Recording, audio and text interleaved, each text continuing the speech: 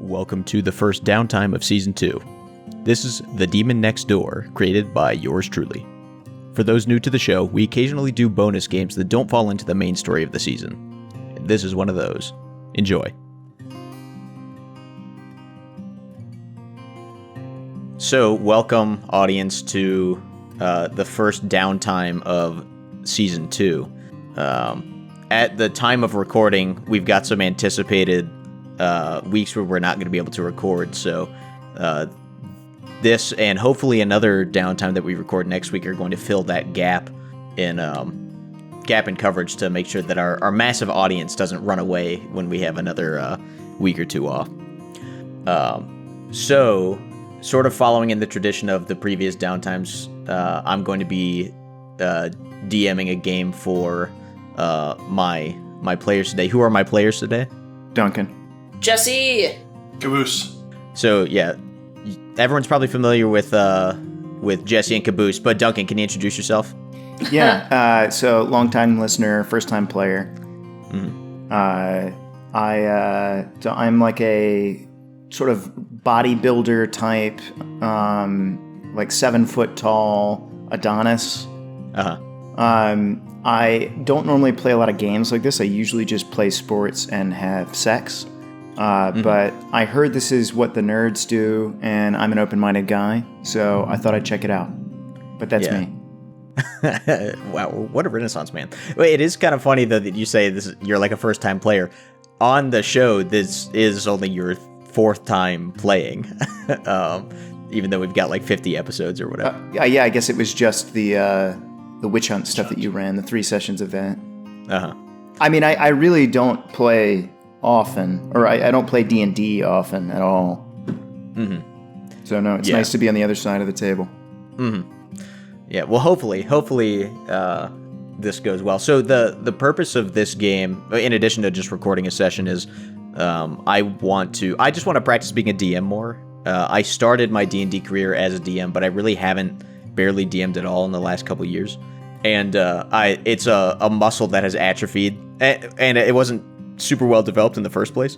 So it's something that I want to get better at. And, you know, much like being a good follower helps you be a good leader, I think being a good DM helps you be a better player. Does that make sense, Duncan?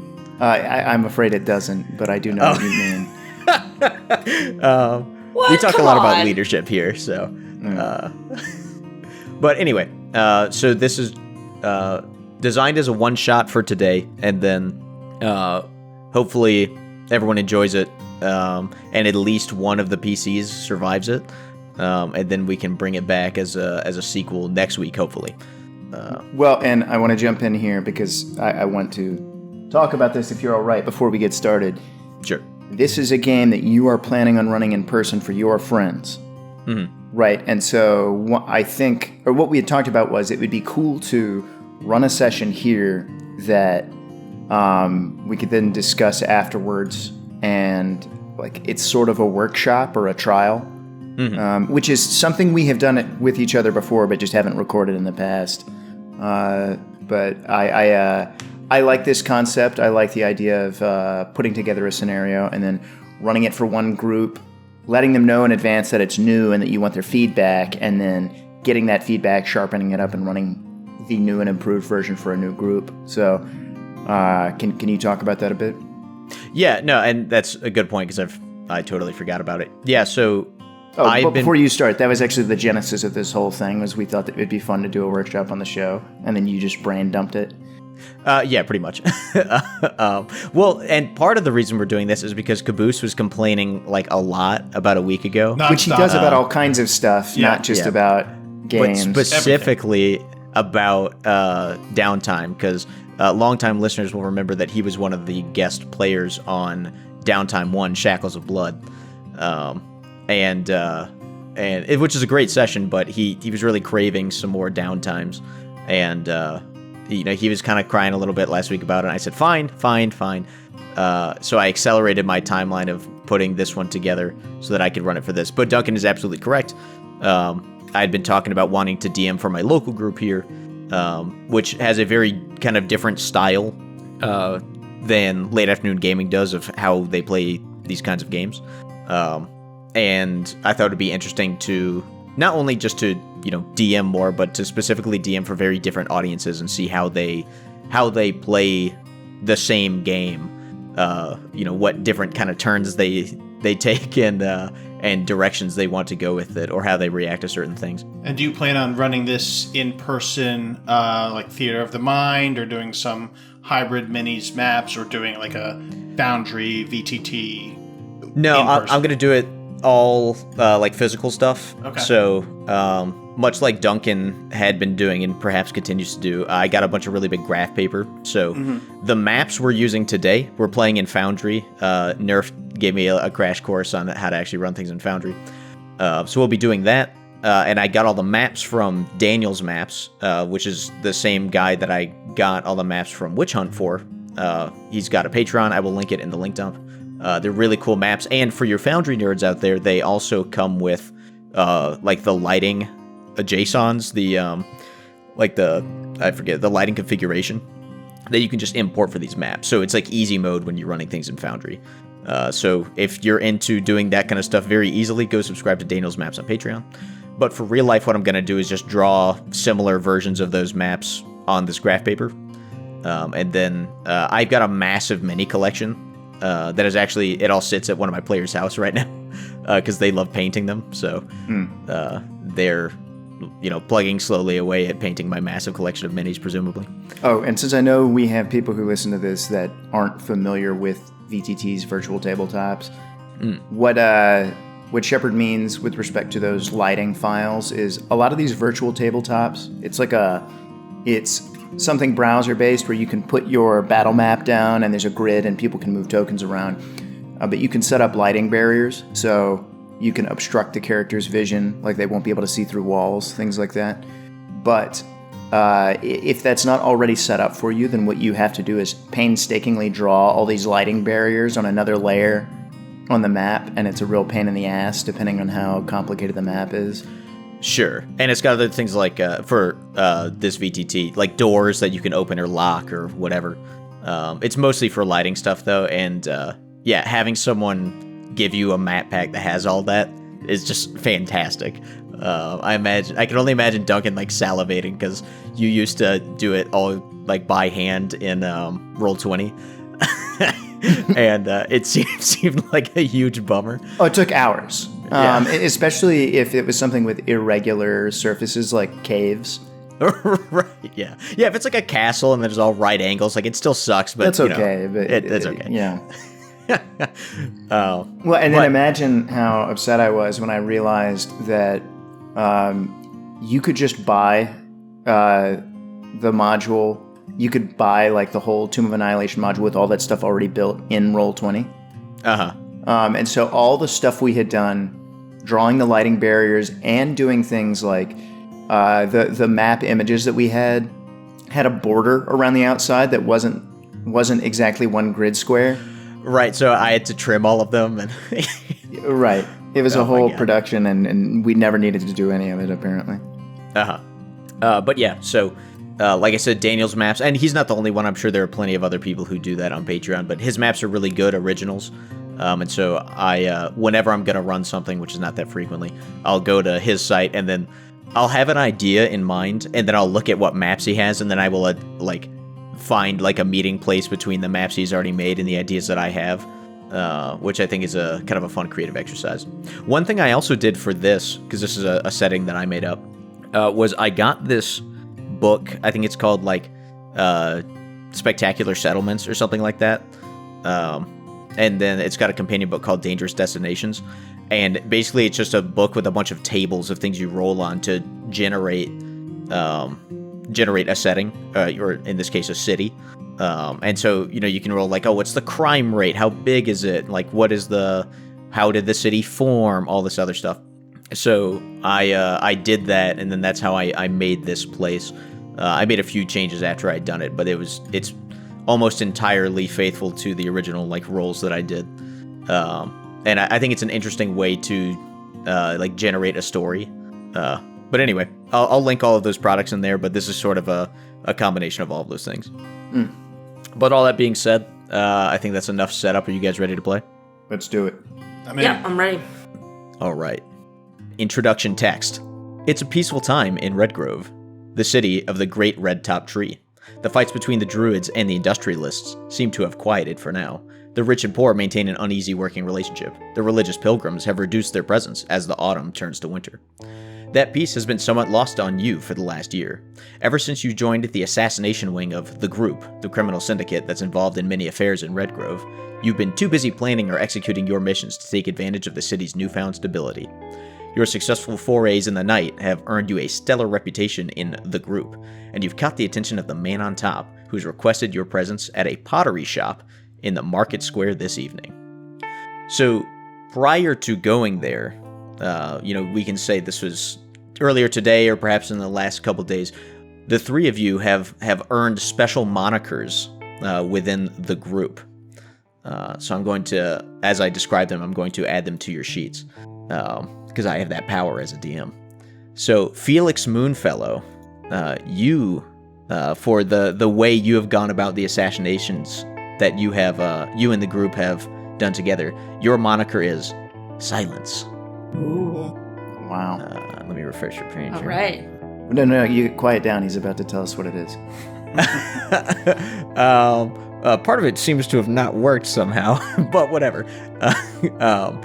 And so these monikers are these like magical, nicknames that they've given you essentially, or titles, and they bestow on you special powers. So yours has increased your movement speed, increased your stealth, and given you access to a spell, Pass Without a Trace. Nice. Val Redwood, the Wood Elf Druid. Hit me. For the certainty of doom that befalls all of your victims, you have gotten the moniker Fate. Ooh, love that. All right, and for you, I already forgot what it does. It gives you +1 to all of your saving throws, and once per long rest, you can re-roll any 1d20 that you didn't really like. All right. And it was all of these are also supposed to increase all of your max HP by 10, and it just seems like that didn't work out. So Yeah, I refreshed and it's stuck. I see the other stuff. Okay, I'm just you know what I'm gonna do? Watch this. I'm gonna override your max HP. If you want to just decrease every enemy damage roll by 10. It should even out mathematically. Yeah. Yeah, I mean. So for Ronan Meadum, Yep. the human warlock, for your insatiable bloodlust, which I assume your character has. Very much. Your moniker is Vicious. Yes. And it, also failed to give you the health thing, but it increases your Eldritch Blast damage, and also did something else I forgot, but I'm sure it was good. So your max HP is also up. I love it. Okay. So I manually, if you refresh your page, you should now see that your HP is also increased by 10. Yep, I'm all good. Yep. So does that mean now I can force everybody to call me by my new name? I mean, you can request it. I don't know. Okay, got it. All right. So you're feeling very proud of your monikers. You feel like you've come a long way since joining the group about a year ago. You've quickly risen through the ranks, and you've, pretty much without any major issues, executed a large number of assassinations on the group's behalf. And now that you've been invited to the big boss's place, you feel like you're really being recognized, and you can only imagine what lies in store for you here. So, it being about the time when you're supposed to meet him, you find the place easily enough. It's a 2-story establishment like so many in the area, where the businesses run on the first floor and the owners live above. A finely painted sign hangs above the door, which reads, Papa's Pottery. It's late, and it looks like most of the stores in the area have closed for the day. As you approach, a slat at eye level moves in the door, and 2 eyes flip between the 3 of you. What do they see? So Felix Moonfellow is an exceptionally normal-looking guy. He is about 5'8". He's wearing like brown robes that match the style of most of the working class people you see. Not wearing any jewelry or anything like that. He's got like shoulder length dark brown hair and brown eyes, a little bit of stubble. And generally, he looks like he probably works with his hands, but isn't extremely athletic. He's just very normal looking. His robes are also they cover enough and they're loose enough that you have no idea what he has underneath him.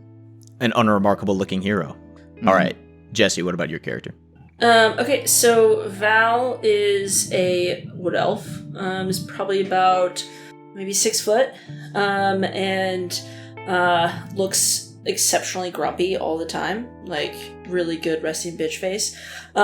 He's got like sort of long reddish hair, lots of braids, and kind of pulled back so it's out of the way, and some like a lot of like swirling kind of like tattoos everywhere that are very druid. Classic wood elf stuff. Yeah, classic wood elf stuff. And he's got sort of a pretty plain kind of tunic, easy to move around in, easy to, kill someone in, and a really sweet staff that people meet their fates with. Perfect. And then Ronan. Ronan Meadham is a human warlock with ashen skin and white hair, 5'11" and a half, with a... But he wears 1-inch lifts, so he can be a little taller than that. Yeah. He looks 6 foot, though. He doesn't, I can tell. Val also knows. He assumes no one knows, though. He's going with it. He is not a short king. He's very young, 16, orphaned, and has joined the group as some place of belonging after his parents abandoned him in a cart full of ale and salted pork. And he brandishes a scimitar that looks pretty intimidating, very sharp. Incredible. What's with the white hair if he's only 16? That's just what he was born with. He never knows. He never knew. That's just started coming in white, not gray, white, and wears a cloak, and under the cloak is a studded leather with made from the hide of a naga. Oh wow! Yeah. Okay, awesome. Well, the eyes inside the door is, you can see like a slight nod, like it's like, oh yeah, these are the ones I'm looking for. So the door slat closes, door opens, and inside you see a kind of a big hulking half-orc looking knight guy who beckons you to come in quickly. I step in first. Val tries to kind of like push you out of the way, but then like decides not to fight it. The half-orc betrays nothing with his expression. So once inside, he escorts you to the back of the store, which opens up into a wider space than that which is visible from the front. Inside this area, you see a half-elf woman sitting in the far corner and stares at you as you walk in, sort of like sizing each of you up. But on a comfortable couch sits a short old man with glasses who smiles and gestures for you to sit down.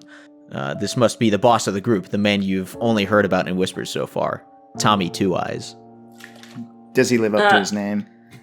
He does, in fact, have 2 eyes. You must be Tommy Two Eyes. Yes, that's right. I'm Tommy Two Eyes. And you must be Ronan, is that right? The one and only. Which would make you Felix and Val, correct? Val nods as she leans up against a wall. Yeah. Well, I appreciate you coming to Pampas Pottery at this time of night. And moreover, I appreciate all the work that the team has put in over the past year. You've really done some really impressive work for our organization and for this great city. And I want to extend some congratulations for the new monikers you have gotten recently. So, very good work. Val shrugs, as if it's something that she absolutely deserved. I was particularly impressed with the report of how you accomplished your last mission. I'm very curious, how did you manage to kill the high priest of the cult of Pravara in the middle of a sermon without getting caught? I really need to know. Felix looks at him and just silence. He just stares and keeps his mouth shut. Val shakes her head and is like, listen, I can't tell you, I'm sorry. I can respect that, your secrets of the trade. fair enough. Just know that I'm very impressed. But I've called you here because I have a special job for you. You've proven yourself a critical asset to the group in this trying time. And I personally believe that your actions have done a great deal to improve the stability of Red Grove recently. But some recent events, I think, threaten to, take a toll on that stability, and we need to get in front of it and make sure that doesn't happen. Do you understand? Val nods, like, totally on board. 100%. Excellent. Understood. I don't know how much you all pay attention to local politics, but the recently elected councilman, Lord Damien Ickle, is scheduled to be inaugurated here in the next couple days. Were you all aware of that? No. Yeah, I've been watching this. I have not. Okay.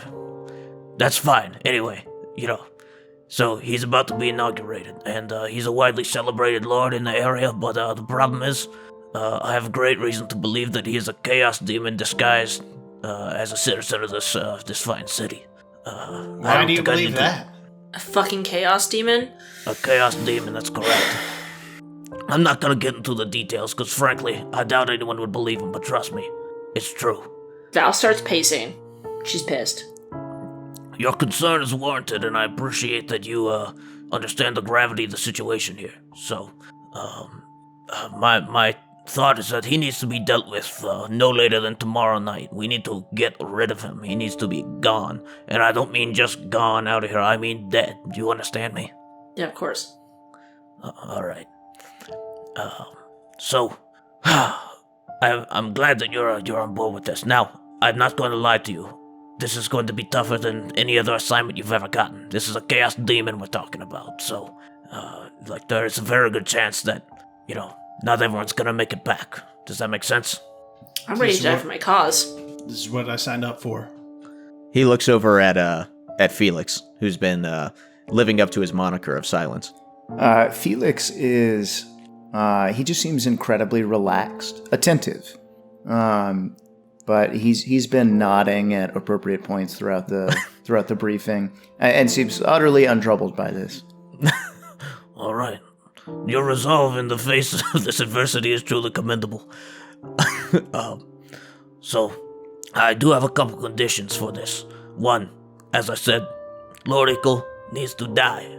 Two, his home should remain as intact as possible. It's a really nice place, and I want it for myself. Okay, maybe.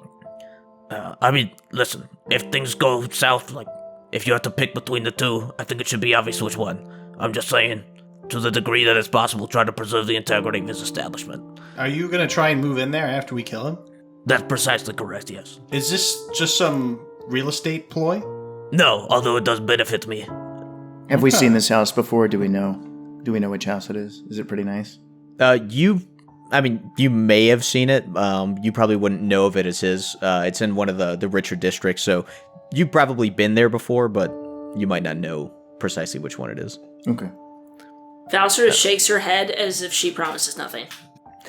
Well, I think I've made myself clear, so do with that information what you will. Now, a couple other things. This absolutely cannot come back on the group. Our presence in general is not totally unknown to people in the city. That sort of thing is impossible. But every individual act that we do, can't really be tied directly back to us. That's what allows us to continue operating. Now, that needs to especially be the case when we're doing political assassinations. What the city probably won't ever know is that we're doing them a huge favor with this assassination, seeing that he's a demon. But, all the same, he is a political figure. I think you understand what I'm saying. Val gives him this... Be discreet. She gives him this look of, yeah, seriously? This is our job. Are we, do we know if we're known in the community as being associated with the group? So most people, 99% of people who live in the city, if they know of the group, they have no way of identifying who's a part of it.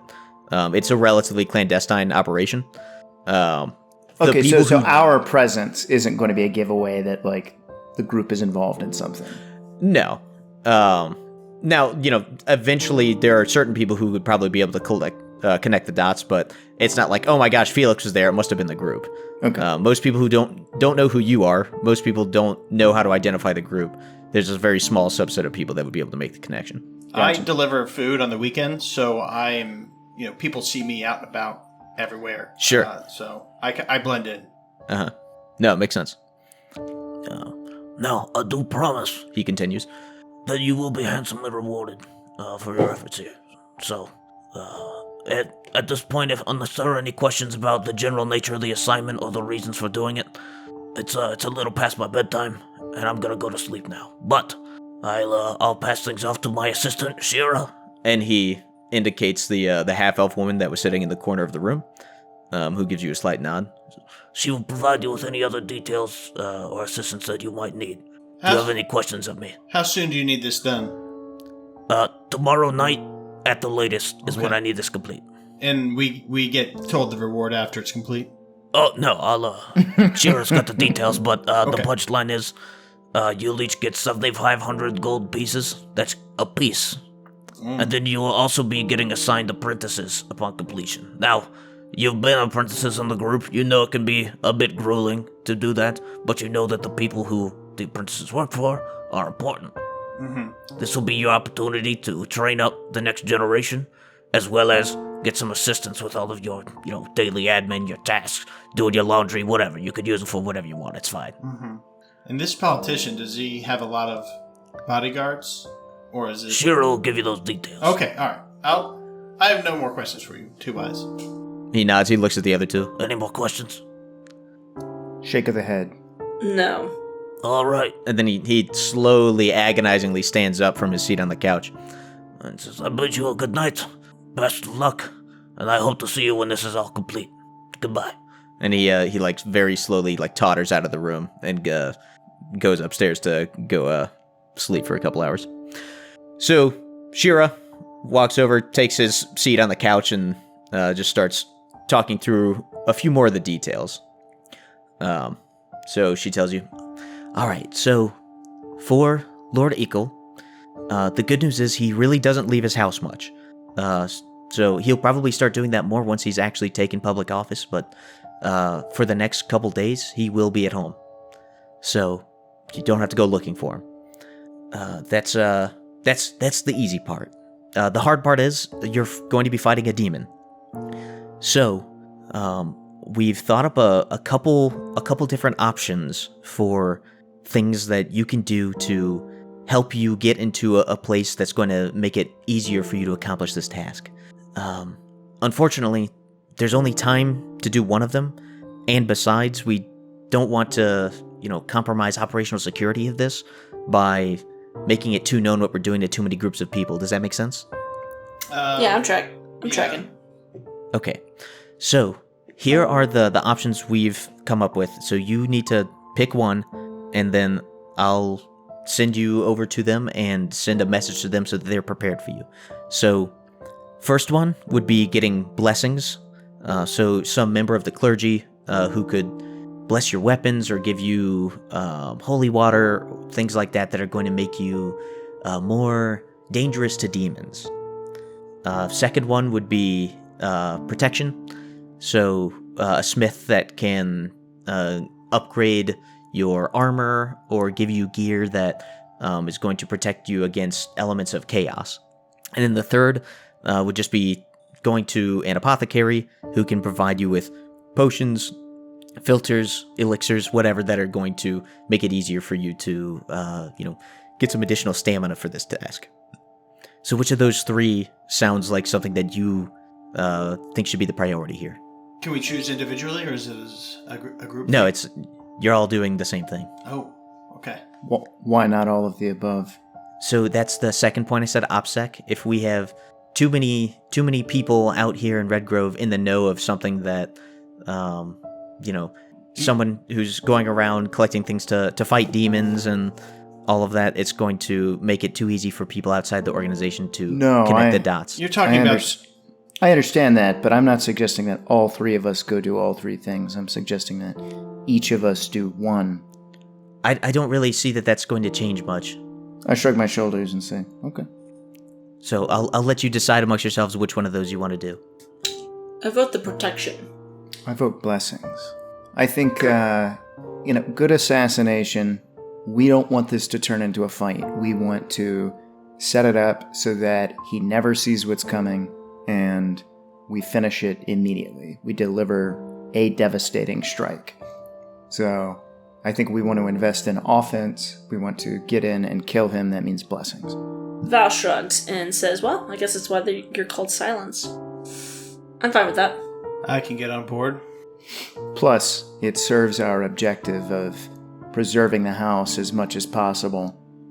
I was hoping we would be able to catch him somewhere else, but if we think he's going to be there, then again, I mean, kill him in bed. Kill him before he even wakes up. That's what I want. I suppose. Let's go get some blessings. Okay, so Shira kind of perks back up when she's determined that you've come to a decision, says, all right, well, if blessings are the route you want to take, then the place you'll want to go is the Temple of Avreda, which is it's to the southwest of here. It's in one of the poorer areas, but there's a man there by the name of Father Lorian, who I know can do those kinds of blessings and enchantments. So I will send a message to him and let him know that you are on the way. We'll head there at once. All right, and she kind of nods and indicates for you to get going. And, I stand up and walk out. Val walks out in front of everybody else. Or racing to get out the door first. No, as soon as she starts to push past, I just fall in behind her.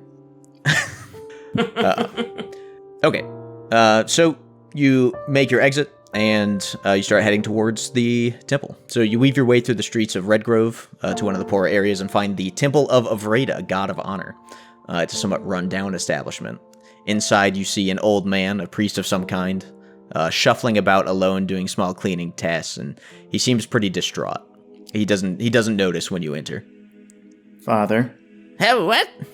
we're And here for your blessings. He kind of jumps and looks like he's about to die of a heart attack for a second before, like, calming down for a second. So does he seem... Excuse me. Does he seem like he's just a generally anxious guy, or that he's particularly amped up right now? I mean, he seems like he's a bit of a kooky character, but like, he does seem like he was already, like, kind of sweating before you came in. So maybe a little bit of both. Okay. I mean, so when I see this, do I assume he's under any kind of duress, or that I should be mistrustful, or this is just like a give me an quirk? insight check. I was hoping you would ask. That's an 8. That's an 8. Tough to say. This guy might be a total scoundrel. He might just be a guy in a tough spot. No way to know for sure. And he kind of squints at you and he goes, Are you that group that Shira said was coming here? Yes. Val nods and says, here, you can help us with the demon. Yes, well, you see, and he starts sweating a little more. says, well, here's the thing. So, yes, but my resources are kind of tied up right now. So, you see, you know the graveyard that's right behind the church? Is there a graveyard right behind this church, or is he crazy? No, it looked like there was one. It's certainly like there wasn't like a big element of the city right behind it. Okay, Stands to then reason. I nod then.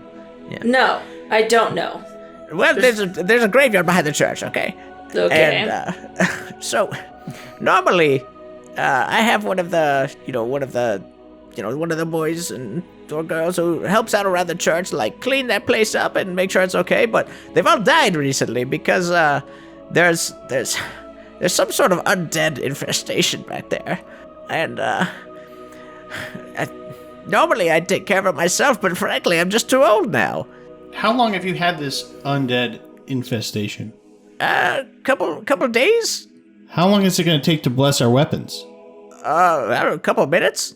But I can't devote the resources to that right now, because if I don't... My plan was I was going to use all the holy water I have to cleanse the graveyard. Oh, If you okay. bless our weapons, we'll cleanse that graveyard for you. Okay, yeah, all right. That's fine. Sure. Okay. I draw Well, let's see. I draw a sword or a rapier. Rapier. Uh-huh. Mm-hmm. We need to pick one as a group. It's rapier. I draw a rapier, Yeah. and I also pull out a blowgun, and I put those both in front of him. I can do the sword. I don't know that I can do the blowgun. I squint at him and say, "I'm sure you can." I'm pretty sure I can't, but I can definitely do the rapier. Here, take a look at this. And then he takes it over to like a font and kind of like covers it in the holy water. I reveal a bandolier full of blowgun darts. Go ahead and refresh your character sheet. And Ronan is pulling out his scimitar and holds it out. You know, one hand on the hilt and the other on the blade, and holds it out for a blessing. Yeah, and Val's got her staff. Okay, so Caboose, go ahead and refresh your character sheet. Are these are they like glowing or shimmering now? Now they're just a little bit blue now. Okay, like sting blue. Yeah, like sting blue, but not glowing. They're just kind of blue. Okay. So for those two swords, they do an additional 1d6 damage against demons. I put demons, but it should also be undead. Nice. And so after he does that, and he's just ignoring your blowgun because he doesn't know how to do that. And by doesn't know how to do that, I mean I didn't make a blessed blowgun, so I just can't do it. So he kind of picks up your staff and he starts like holding it, and he's like frowning and he goes, I think if I put holy water on this, it's just going to disintegrate. and he kind of holds it up. And he says, This is a staff of death. Holy water is just going to... I don't know what it's going to do, but it's not going to be good. Fine. And I whip out my dagger and sort of stick it in his face. Will this work? and he cowers because it seems like you're about to stab him. Yeah. And he's kind of seems quite afraid of you at this point and isn't sure how to react. Good. And he says, please just take care of the zombies, please. I can't take care of the zombies if you don't bless my stuff. And he's cowering in fear now. Are you going to help me or not? He starts crying. He says, please go. So how dark is it right now? Like outside or inside? Outside. In the graveyard. It's like basically pitch black. The moon is offering like decent illumination, but it's definitely the dead of night. Okay.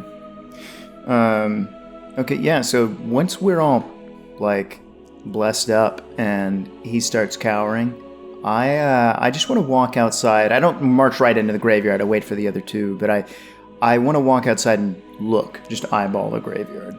Yeah. So once you like get into the area where there's like a back door to the church that leads out to that area. Mm-hmm. So it's very quiet back there, and it seems a little foggy. But through the fog, you can clearly see the forms of a bunch of like shambling undead. Just kind of seems like there's tough to know if you're seeing all of them, but there's like at least a dozen of them. Okay.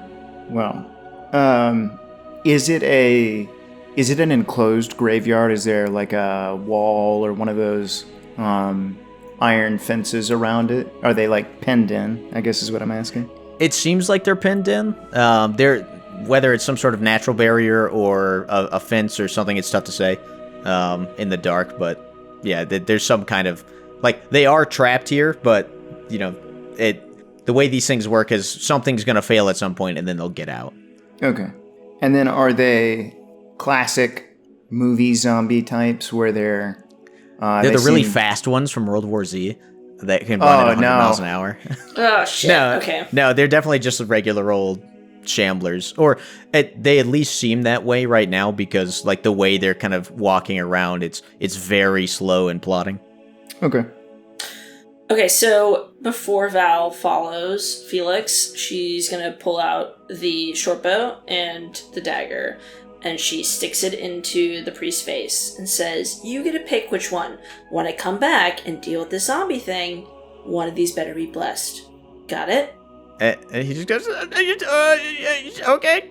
The answer is yes. I want to hear a yes. He starts crying. So she slams it down on the table and says, "Figure it out," and then walks off. Okay.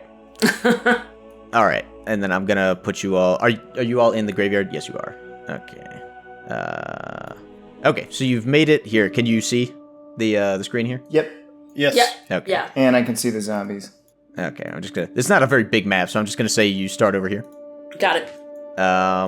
All right. And the zombies at this moment do not seem to see you. The first thing I do is I draw my my rapier, and then I click my boots together. And the two of you can see that once I do this, whenever I take a step, I seem to move twice as far as I should. It almost looks like I'm skating around. Don't the boots of speed like double your walking speed? Yeah, which takes me up to 100 feet. Nice. And that's without sprinting. You're Nice. wave dashing like Luigi all over the. But I'm not. I'm like, it looks like I'm rubber banding. Val just nods really appreciatively, like, "All right, that's nice." And with my rapier out in front of me, you can tell I'm just going to effortlessly glide from zombie to zombie and poke holes in them. Just moonwalking from one another. Yeah, right. Okay, so they still haven't noticed you. What do you want to do? I want to just charge right into one of these guys and poke it in the head. Same here. So I've got to sort of pick up a couple stones, and I'm going to go ahead and set those up for magic stone. Okay, then what I'm gonna do is give you all like a surprise round, and then once that's complete, then we'll do initiative. So I'm moving like up towards this little stand of trees. There are a couple of zombies ringing around it, and I am going to stab this first zombie. And I'm preferentially aiming for heads, and even more preferentially for eye sockets. Just trying to plunge my rapier all the way in. 20 to hit, 9 damage. Okay, and it seems like you've definitely torn a big chunk out of this thing, but it is still standing. Okay. I'm going to follow up with a second hit then. 13 to hit for 11 damage. It goes down. It collapses on the ground, its guts spilling out of it, more than it already was. It goes... Bleh. Okay. Nice. And with that, I'll move all the way to a far corner of the map. I just disappear behind some mausoleums. You guys have no idea where I went. Sure, yeah. Okay. Yeah, so I just I poke him twice, he falls over, and I skate away into the night. All right. Okay. Meadham. Ronan. I can never remember your character's name. Ronan Meadham. Ronan, he advances pretty quickly. Not as quickly as Felix. It is not even in the same realm of. He's feeling a bit flabby right now, actually. Yeah. Very jealous of the boots. Moves just 25 feet over to here with one zombie on one side and another on the corner. And then will he attack the southernmost zombie, the southern zombie, with the scimitar? Go for it. Ooh, that looks like a natural one. Oh, no. Some would say that, yeah. It is indeed.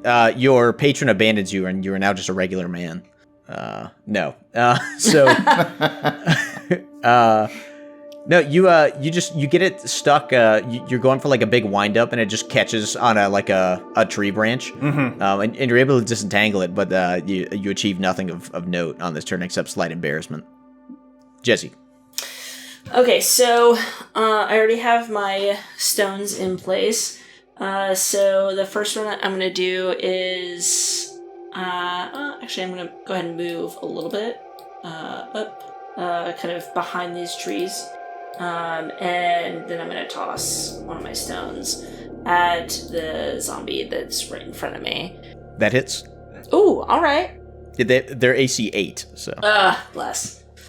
Yeah, your magic stone definitely dings him right in the back of the head, pushing him closer to the warlock. Awesome. And then I'm going to cast Flame Blade as my bonus action so that I can have a sword and Okay. smash him in the head next time. Flame Blade. It's one of those weirdo druid spells. Yeah. Okay. That's it. Awesome. All right. Well, they've definitely taken notice now. And so the zombies are all kind of like turning towards you all. So I'm gonna come step up to this zombie next to Ronan, and I'm gonna use my blade to try to smash him in the head. Whoa! All right. So you swing your flame blade and it connects. And 7. What a roll. Yeah, the zombie's on fire. And if he fails to put it out by next turn, he'll die.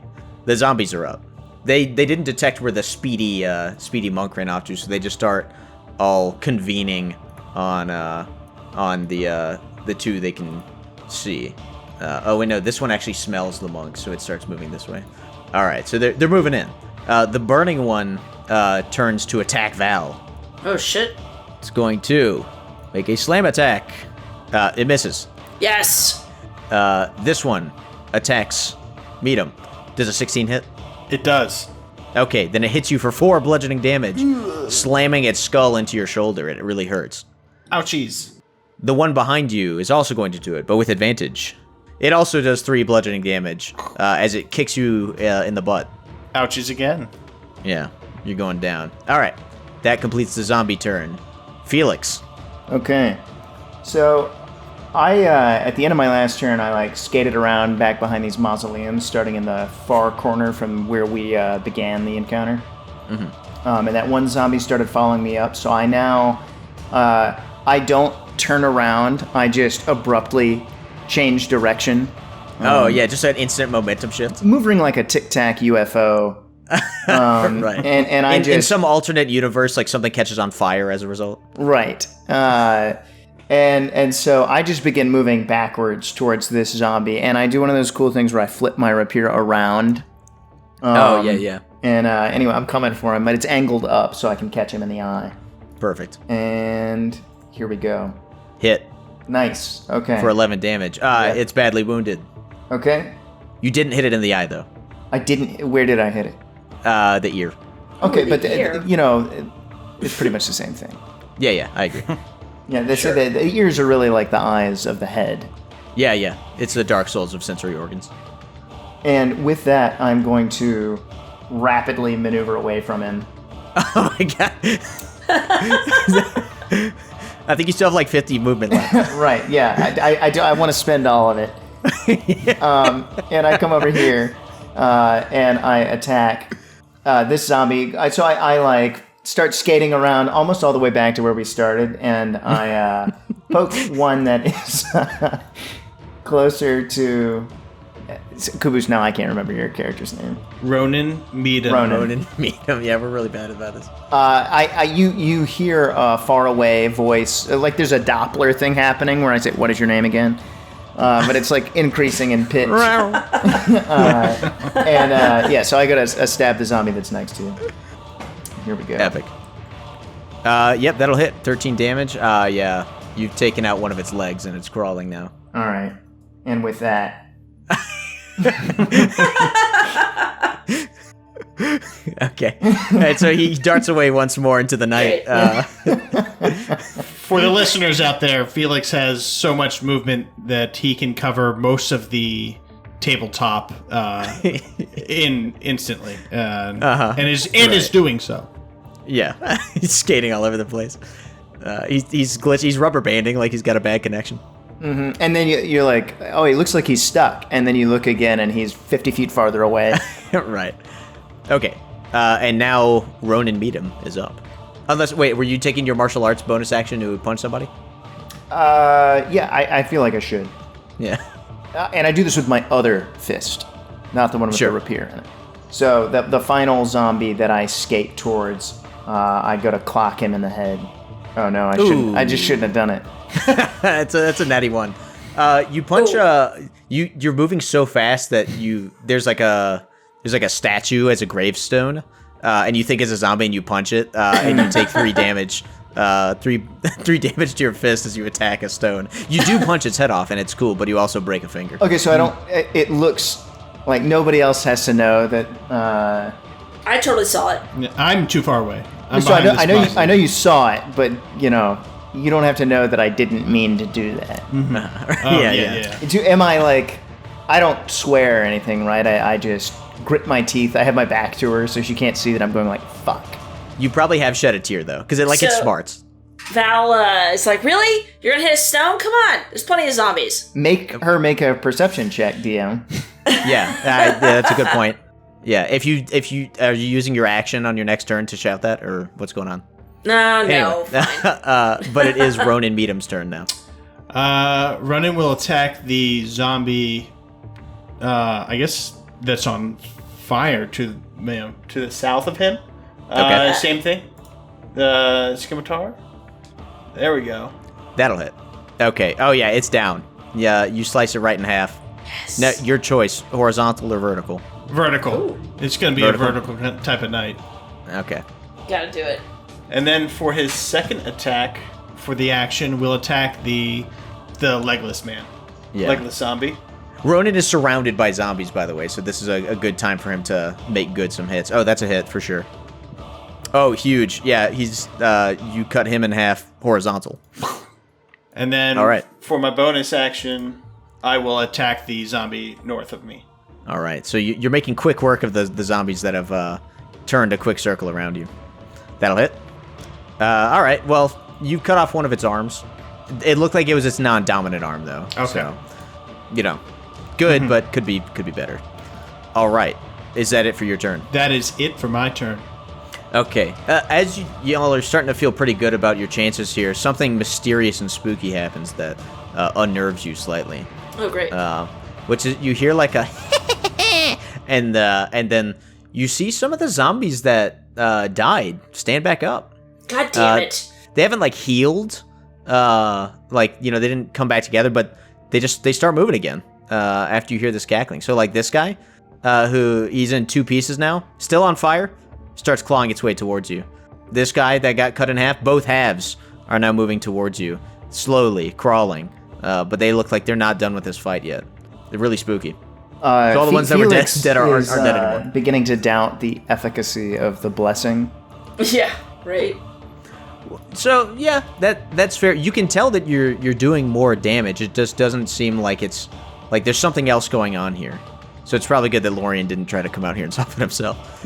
Can we? Were we able to ascertain the source of the cackling? Everyone give me a perception check if you think that's something your character would try to do. Okay, Felix doesn't know. Neither does Ronan. But Val... Felix doesn't care.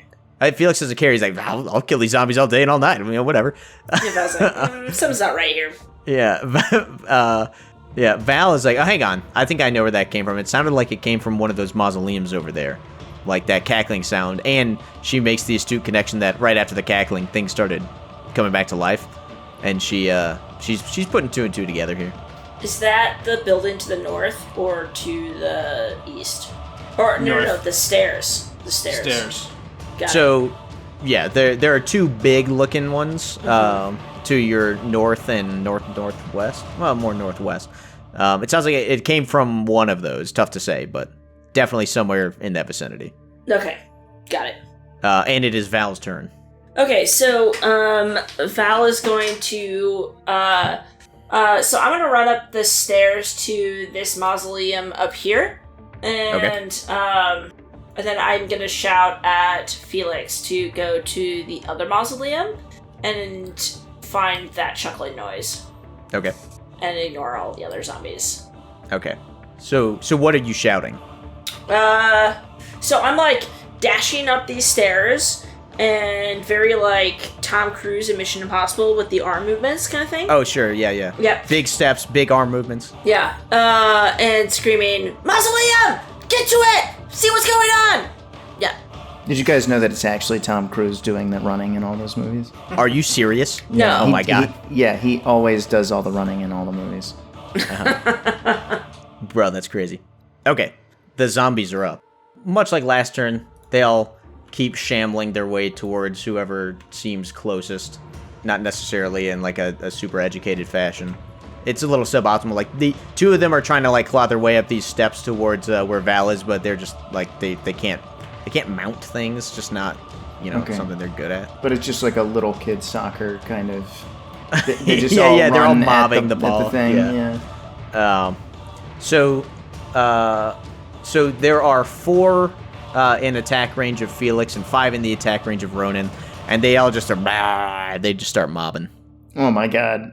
Hear, listeners, we can hear the digital dice rolling sound, and he just sprayed dice all over the place. Yeah, so what's, I don't need to ask, I can just look. So none of them hit Felix, and let's see, one of them hits Ronan for 3 damage. It's the one that was on fire. You thought, you were thinking like, that one will be fine, and then it just like, one half of it picks up the other half and kind of like throws it at you, almost tripping you in the process. But you are like encircled now by these zombies. If it was possible for them to have fun, I bet they'd be having fun right now. And Felix is up. Felix is up, and having heard the message shouted at him, he's going to move. I think it's only about 10 feet away from me, the entrance of the mausoleum to the north of me. That's correct. So there's a big, there's some like kind of smaller looking ones that are like maybe the size of a shed. This one's almost like the size of a house. It's like a big fat mausoleum. Little crumbled, little decayed, but yes, you're kind of standing right at the foot of it. What is the door situation? It's like a big stone door. Like, it's honestly hard to tell whether it's decorative. Like, does it even open? Okay, well, I am taking a close look at it as I approach it, skating away from these zombies that have been mobbing me, with the intention of opening. Yeah, so the closer you get to it, the more it becomes obvious that it's a decorative facade and that it does not open. Well, so seeing this and seeing the zombies closing in behind me, I leave that entrance and I skate around the side and check. There are like a couple of other likely candidates for entrances, and I'm moving around the mausoleum, taking a look. Yeah, nope. There does not seem to be a door over here either. Okay. Nor even the appearance of a door. But as you come around, as you're skating around this whole thing, you take a glance up to the one that Val is closer to, and you see that up here on the roof, there's like this person who seems to be prone and like peeking glances over the slant in the roof down at where the fighting is going on. That seems a little suspicious to you. Yeah, so I want to park it. I stop skating. Yep. I want to... Well, I quickly sheath my rapier, and I pull out my blowgun. And I have I pull a dart out of my bandolier, and I have a little, like, vial on the bandolier as well. And I dip the dart in the vial, and then I take a shot. Are you using your special poisoner feat? That is exactly what I'm using. My God. Okay. I'm going to say you have disadvantage on this only because... Well, no, sorry. You're at -5 because this person has cover from the roof. Okay. But go ahead. Here I go. Oh! Okay. It's a natural 20. Ooh, all right. Okay. So, you hit. Okay, and then the poison... So it's 5 damage for the dart, but then it's a bunch more for the poison. It's a bunch more for the poison. I'm trying to find it. Yeah, it doesn't matter. Oh, okay. They have to make a DC... Never mind. It don't matter. Go ahead. So, this person, like, yelps as this thing hits, and the necromancer, like, pulls the dart out of her leg immediately. Or hit, I can't remember what I call this person, but, like, tosses it to the side and, like, starts trying to shimmy away, but then immediately, like, slumps over and just falls off the back of the mausoleum and freaking dies back here, dude. Oh, dang. Okay. Then I'm gonna continue moving towards them. Okay. This zombie in the corner, by the way, that's the initiative zombie, just to ignore it. Okay. I think about shouting, like communicating what I've done to the rest of the team, and then I realize I'm silent. Yeah, it's not what I do, man. So I'm now letting this totally define everything that I do. Yeah, instead I just look at the person that I killed. Okay, yeah, definitely dead. Neck snapped in like 4 or 5 different spots. It's like an accordion. It's crazy. Whoa. Is it like a really long neck? Yeah. Like This person yeah. had an 8-foot long neck, which is honestly pretty dangerous. Okay. Any like cool loot? Any identifying marks? None and none. Okay. Barely even any clothes. This person seems like a madman. Okay, Mad but woman. like a dirty madman? Yeah. Like do they look homeless? Sorry, Yeah, unhoused. probably. Yeah. Yes.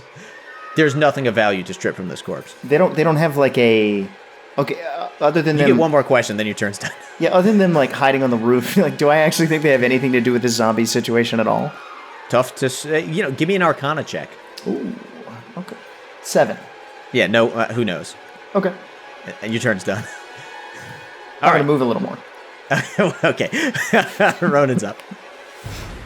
Ronan is kind of unaware of whatever was going on. Saw Felix, bouncing around and appearing all over the place to the Upside north. down, bouncing off the ceiling. Yeah, and it's gonna try and continue fighting the enemy at hand with sword bursts, creating a momentary circle of spectral blades that sweep all around me. Since Oh my god. Ronan is almost completely surrounded. 5 of 8 possible enemies will cast this. Deck 17, huh? I'm just gonna go ahead and say they all fail. Okay, so they each take 6 damage. The one that was on fire and is now in 2 pieces dies again. The other 2 that you had done some at least partial dismemberment of also die. Then the other 2 definitely look worse for wear. Excellent. Yeah, so that was pretty cool. If only someone else had seen it, Yep. That was pretty vicious of you. I'll say that much. Very vicious. Okay. Is that your turn? I'm gonna bonus action weapon attack the guy on my right. Yeah, so you've killed zombies on 3 sides of you, and now you're looking to finish the quartet. 29. Oh yeah. You shish kebab this thing. It's dead. You managed to kill 4 zombies this turn. I hope you're proud. Ronan's very proud of himself. Yeah. You ever stop to think that used to be someone's father, mother, sister, brother, anything like that? As an orphan, I don't. Oh yeah. These words mean nothing to me. Okay. Val's turn. Okay, so can I see or like hear this person tumble off the roof? What's your passive perception?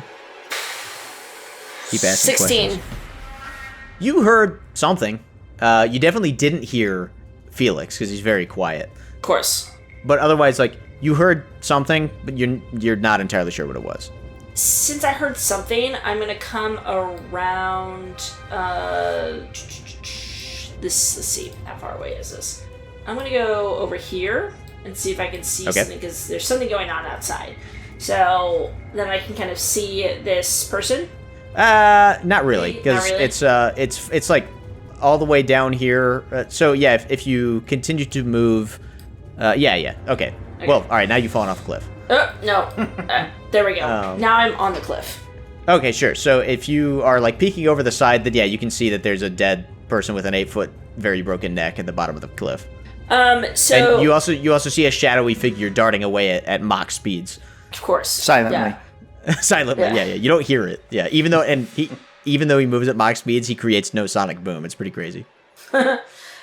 So as I see this thing out of the corner of my eye move silently away, I shout out, what was it that you just killed? Was that the snicker? Was that the laugh? To silence, knowing that he can hear me. Yeah. and you're Really? shocked when he deigns to reply. Yeah, no. Yeah. And sort of try to see if I can see what's going on, and I'll kind of look around to see if I can see if there's anybody else around that I need to attack. You don't see anybody up there. Alright. Well, okay. Hopefully that was what was killing the zombies, or making them come back alive. So I try to make my way back around, but I'm gonna be out of moves. So you're out of movement, and you took your action to do all your examining and shouting. So. Yep. Yeah. I'm done. All right. Zombies are up. The only person they can see now is the warlock, so they continue to converge on his position. Just like, they're here. They're all flying in formation like a group of birds.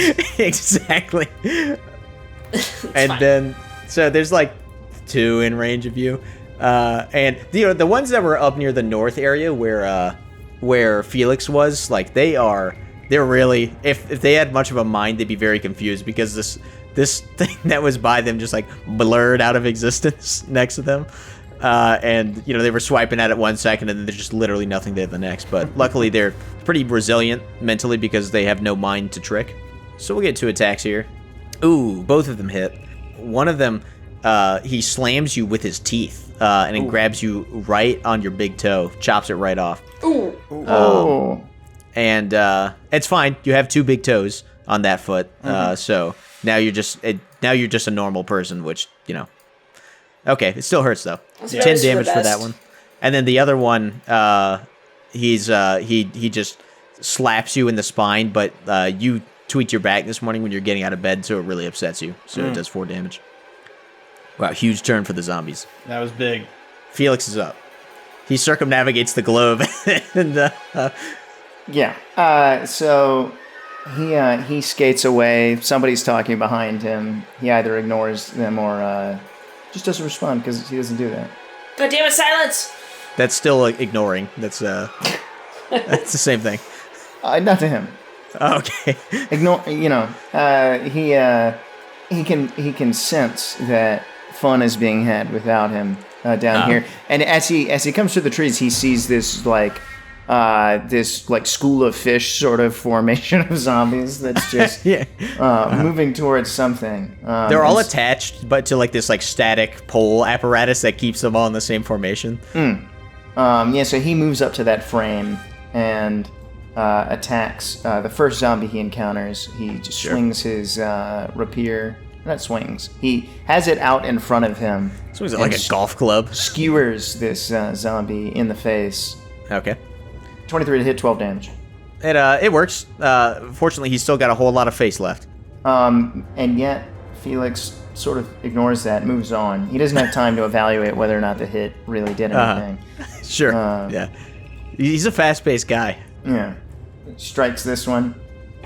Pops the knee right off, which goes shooting off into the night. Was the knee up by his head? Because that's where I was aiming. And I think it was just, you were moving too fast. I'll keep moving on, and I'll head down here to the southern edge of the map. And no, you know what? My pride has healed enough that I will follow up with an unarmed strike on this zombie. I really hope you get another one. That'd be sick. So you're flitting between zombies like it's an anime, and you're like Goku instant transmissioning between all these things. Except, imagine if instead of anime running, it looked more like I was rollerblading. Sure. And this one it's like the statue. You go for this big Superman punch on this thing, and it works this time though. It's not a statue. You punch the zombie's head off, it goes flying. Nice. And with that, I'll end my turn over here. Skates away to some other location. Okay. All right. Great turn. Ronan will move to this location, which is just a few feet to the...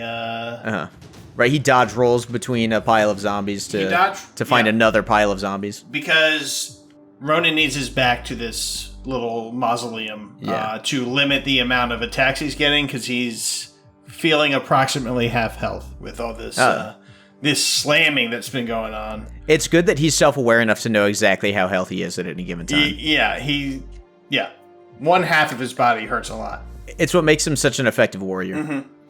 And then he will continue his onslaught against this zombie horde, attacking the zombie on his left first with his scimitar. All right, I have to ask. You said scimitar enough times. Do you know it's pronounced scimitar? Yeah, well, he pronounces it scimitar. Okay, I'm just checking. Okay, that hits. I don't know who you're attacking, but... the one on the left. Okay. 14. Oh, yeah. It's missing most of its organs. You slice it across the abdomen, just almost everything just falls right out. There's just a spine behind it. Still standing. He's a little disappointed, but he's going to attack again. Okay. Oh, yeah. Big hit. Oh, yeah. You do it again, and little umbilical cord of fiber that was still connecting him to the rest of the organs. You sever that, falls immediately. Dead. All right, and then for bonus action, attacking zombie on the his left, stage right. Oh yeah, this is like Aragorn fighting the goblins in Yeah. Moria. Oh, Yeah, 24 to hit, huge hit. 12 damage, Oh, huge. Yeah, totally dead. vertical chop in half. Yep. Val's turn. All right, so Val's gonna come back around. So then I'm gonna take one of my stones and toss it at the zombie that's closest to me. Okay. It has no idea you're there. Boom. Oh, huge. Yes. Big critical hit. Oh. So it was a critical. So it's actually 5 damage. Phew. So, yeah, it lodges its that stone in the back of this thing's skull. If it could feel pain, it would probably be hurting very badly right now. Okay. And then I can do that again for my bonus action. So I'll just do that. Is that right? I don't know anything about magic stone. Yeah, it's a bonus action. Okay. 8? Yeah? Yeah, sure. Sweet. 6. Boom. Boom! Another stone lodges itself right next to the one you had just done. Come on! It doesn't help. This is like the lowest possible damage you could do for a spell. All right, zombie turn. And you notice that all of the zombies that were wounded just dropped dead. Yes. And then some of the ones that weren't actually wounded, they start kind of falling apart. Yes! And like they seem to barely even be able to shamble anymore. But they retain the will to fight and kill. I'm taking credit for this. Okay. Feel free to. You're going to get a couple attacks. I mean, first one is going to be Felix, and then 3 against Ronan, and that's it. Okay, so Felix, you get hit for 7 bludgeoning damage. Are you sure? It like, yep. Because it got an 18, and your AC is 18. As you're zipping by, this thing like trips you and you fall and recover your footing, but you twist your ankle in the process. Oh, actually, I have bad news for you, DM. Oh, yeah? Uh-oh. Yeah. I have I'm ready. an ability. Deliver it. I have an ability. Hold on. Hold on. Hold on. I have so many abilities. I'm trying to find. Are you this. doing agile parry? Oh, that wasn't part of the attack action. That was part of the. That was Yeah, a that's bonus. right. I was about to say you can't do agile parry. So you take 6 bludgeoning damage. Objection. Overruled. You take 6 bludgeoning damage. One of the zombies that's attacking Ronan gets a critical and does 11 bludgeoning damage. It takes another bite at your foot, and it just like nicks the spot where you got bit before. But it's like that thing where you like bite the inside of your mouth and then you just keep biting it and it hurts. It's like that, but on your foot, and someone else is doing the biting. Does that make sense? Yes. And then this one, not the dead one, but the other one, dies. Because it tries to attack you, but bites a tombstone, and its skull explodes in the process. Oh, Whoa. Okay. Yeah, it was a really hard bite. It just missed. does he look So- like a tombstone? Yeah, he's kind of a brick house, right? Isn't Ronan kind of a thick boy? Yeah. He's kind of a thick boy. Oh, Yeah, okay. nothing wrong with that. But yeah, he's built like a tombstone for sure. Okay. And then that's it for them. Felix, Felix is going to move in between these two. you're not Felix, you're Ronan. You're right. Yeah, you wish you had a you wish character you with were 100 movement. Imagine if he used his action to move too. You'd never see this guy again. Right. Yeah, maybe that's what I should do is just create a whirlwind around. Yeah, it's like the Flash. Yeah, it's like it's like if you have a friend with an above ground pool, the round kind. Yeah. You know what I'm saying? Yeah, so I'm going to pierce this zombie that I'm standing right next to. Okay. And kill it for sure. Yeah, no doubt. Let's hear it. 9 damage. Oh yeah, he dies. Then I'm gonna. He falls over like, he's made of paper. I can see that Ronan is probably gonna die next turn. Despite that, I'm going to go help him. And I'm gonna go help him out. So I'm going to attack this zombie. Okay. It's, lording Rushing over to him. the aid of your your tombstone-shaped warlock friend. I say nothing to him though. Oh yeah, dead. And then, just to make it clear to everyone that I can, I'll Take a lap around the entire I'll take a graveyard. lap around here, and I'll punch this zombie that's right next That to one's me. dead, but this one is still alive. I'll get this one. Can you see the little skull icons that I have up? I can. Yeah. But you have to understand, I spin my office chair whenever I move, so I can kind of like get inside of Felix's That's good. head. I've always said you're a method player. Yeah. Oh, yeah. Despite the fact that you only got a 9 on the hit, their AC is 8. So, you kick this thing in the balls, and it goes flying into the starlight. Nice. I understand there's just one zombie adjacent to me. That's correct. I'm going to move in between the possibly last 2 zombies. Okay. And get some It attacks. is possible, but not factual that those are the last 2 zombies. Yeah, possibly, and possibly land some big attacks. The one on the left, Huge 24 to hit with hits. buncho damage, Yep, dies instantly. He disintegrates. Nice. and then one to his southwest, another slash Hits. for 15 with 12 damage. Oh my god. Woo. Yeah. This one, as soon as you hit it, it's like an anime where nothing happens, and then he his top half slides off his bottom half. And my eyes are closed the entire time. Yeah, and you rush past him, and then you sheath your sword as it happens. It's pretty cool. Yeah. Well done. I feel cool. Yeah. You've been watching a lot of Demon Slayer recently, so Okay, so I am going to move down to this zombie that's still here and use the flame blade that I have in my hand still and take a swipe at it. Oh, yeah, huge. Like, before your flame blade even makes contact, the thing bursts into flames and disappears in a puff of smoke, which causes you to feel slightly unbalanced because you were bracing for the hit that never came. Yeah, but I still and just- laughed a little bit at the end. Yeah, well, and nobody saw it, so, it's whatever. It's fine. All right, and suddenly, the graveyard is as quiet as it was when you first entered, except even quieter, because there's no shamblers anymore. I nod my head approvingly. let's go see Ronan if- is like covered in blood. Missing one of his 3 big toes. Yep, and kind of like slumps to one of his knees. He takes a knee. But this is pretty atypical work for an assassin, Yeah.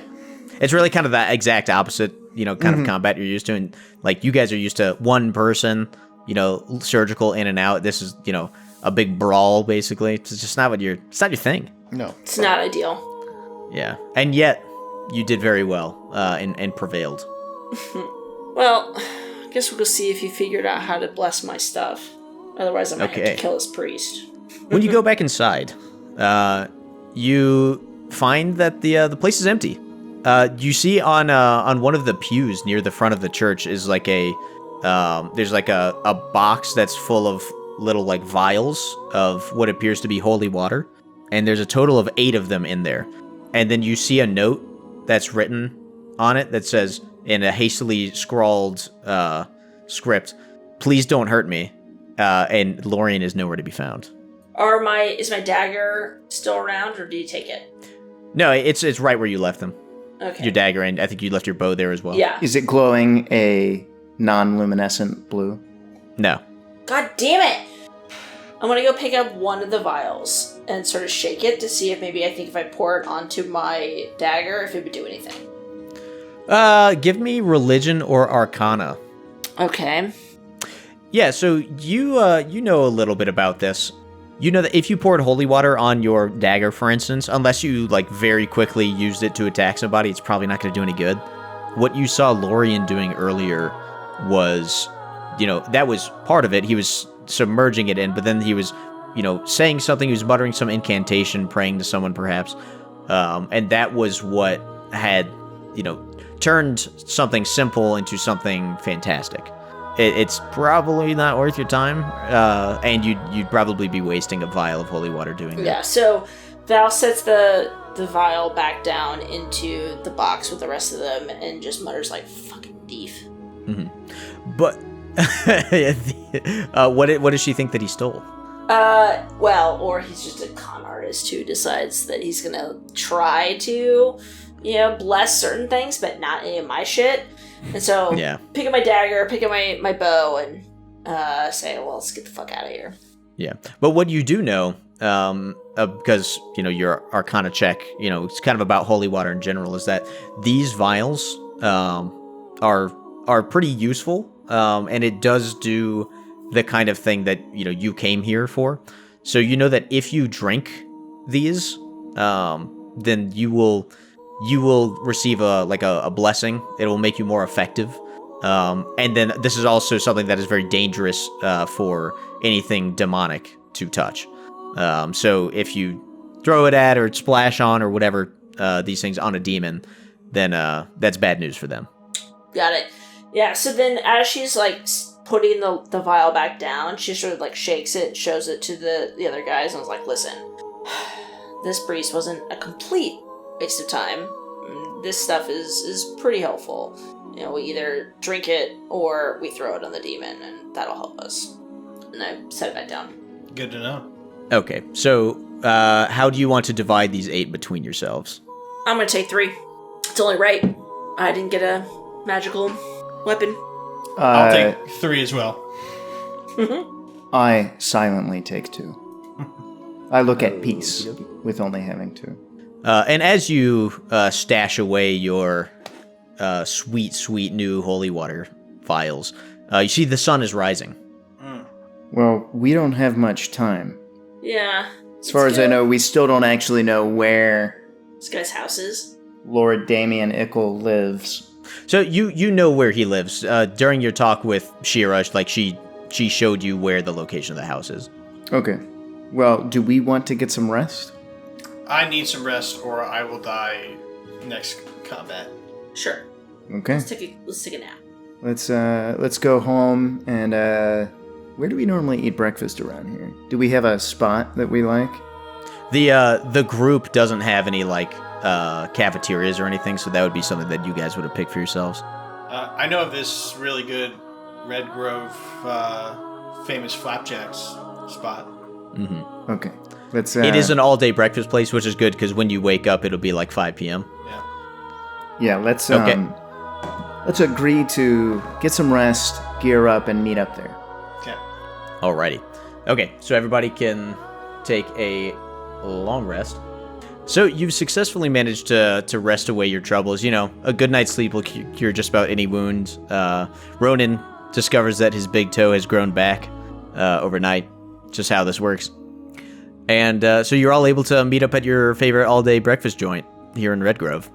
Okay. Yeah, I want to get whatever their big plate stack of flapjacks is. Like a big, huge pot of coffee as well. Yeah, this place mostly serves Goliaths and stuff like that, so the portion sizes are pretty out of control. The pancakes, it's like when you go to one of those challenge places where it's 2 feet wide, and then there's 4 of them. It's pretty out there. Nice. Val's gonna stoically accept the challenge and just dig in. All right, give me a Constitution saving throw. Okay. Yeah, so you can already tell that something's wrong with these. God damn it. You're probably gonna be pooping yourself pretty hard. Not right now, but maybe in 5 or 6 hours, it's gonna hit. You already know it. She's gonna go out back and just vomit. Okay, that's smart. Get it out of the system right now. Yeah, the boys are fine. Right. Naturally. Yeah. Yeah. Naturally. But yeah, as a woman, you have a weak constitution, so. Of course. Fuck you guys. Yeah, that's just how it. Sorry, just telling it like it is. Sorry. Yeah. That's what it says in the Dungeon Master's Guide. Yeah, it's all in the books. Just look it up. No, but yeah, so it's coming. It'll happen 1 hour after the adventure finishes. Okay. You know it. Got you know it. Okay. It's a certainty. So the clock's ticking. The vomiting didn't help. No, it helped. Okay. It would have happened during the mission if you hadn't vomited. Now it'll be after. Got it. Okay, good. Yeah. I'm fine then. It's fine. Yeah, it brings you back to high school. And the memories that you wish you didn't have. Okay. You're probably going to want to reserve some hit points for that, though. Yeah. Yeah. Yeah. If you walk into that bathroom or the outhouse or whatever with only 2 HP, you're not coming back out. But that being said, one way or another, you end up walking out of this place as the sun looks like it's about to set. Destination in mind, possibly with a steely will, perhaps shaking nerves. It's impossible to know, but in short order, you find the mansion of Lord Eichel, or whatever I said. Ickle. Sure.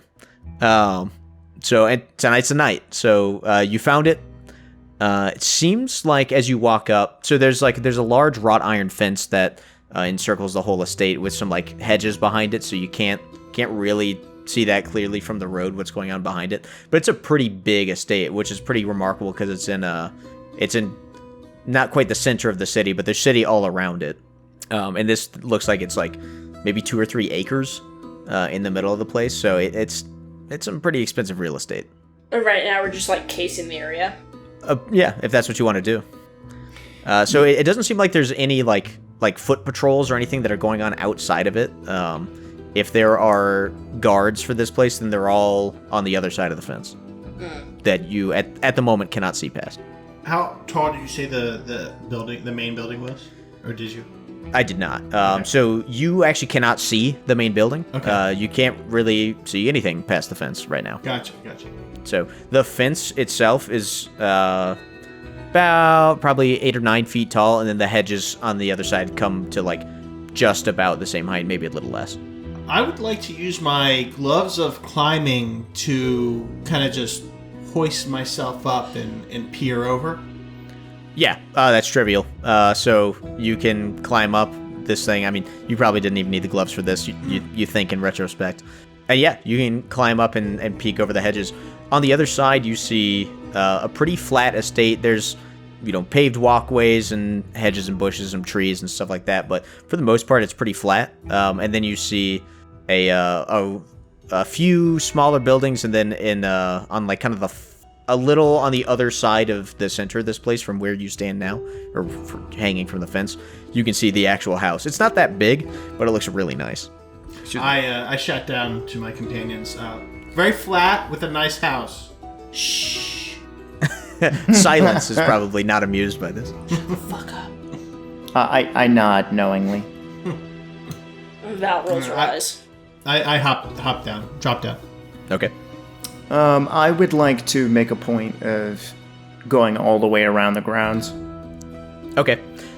So you can't like hug the fence the whole time because it does abut against some other buildings and stuff. And I don't want to, because I don't want to be that obvious. But taking a leisurely stroll, I'll make a couple of passes over the course of like an hour. Mm-hmm. So I hit every angle as best I can, get an idea of what the entrances and exits are like, what the foot traffic is like.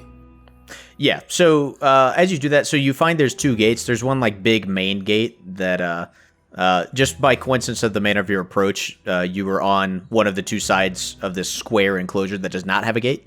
But you find the other 2. One seems to be the main gate, which is like very wide. It seems like it could accommodate like a couple carts passing through at the same time. And then the one on the other side is smaller. That's like, a service gate kind of thing that you could fit maybe a couple people through at the same time, or a very small cart. Okay. You cannot see through any of these gates. They're like solid, so you would have to climb up to see over them. So when Felix makes his way back to the team, Val sort of leans up against the wall and said, "Well, silence, orphan. What's the plan?" And I'd also like he does this in like 12 seconds because he can move so fast. Right, yeah. You didn't even see him move. He just tells you that he took 3 laps. We have a couple of options. So I don't know what kind of protective wards he has around the place. So, bear that in mind as I sketch these out. But, we could just wait until it gets dark and climb over the hedge and try to get in a window or something like that. That's pretty crude. We could use an excuse to try to get inside, like not sneak in, but bluff our way in. We could dress as service people. We could come up, we contrive some reason to make a visit. We could There's a second entrance that looks like it's a service entrance for carts and things like that. We could pose as making some kind of delivery. One of us could be pulling the cart, and maybe the other two could be hiding inside, something like that, and then we could enter through the rear that way. But I'm open to ideas. I don't think we want to bust in there. I think we want to either sneak in or be let in under some false pretense.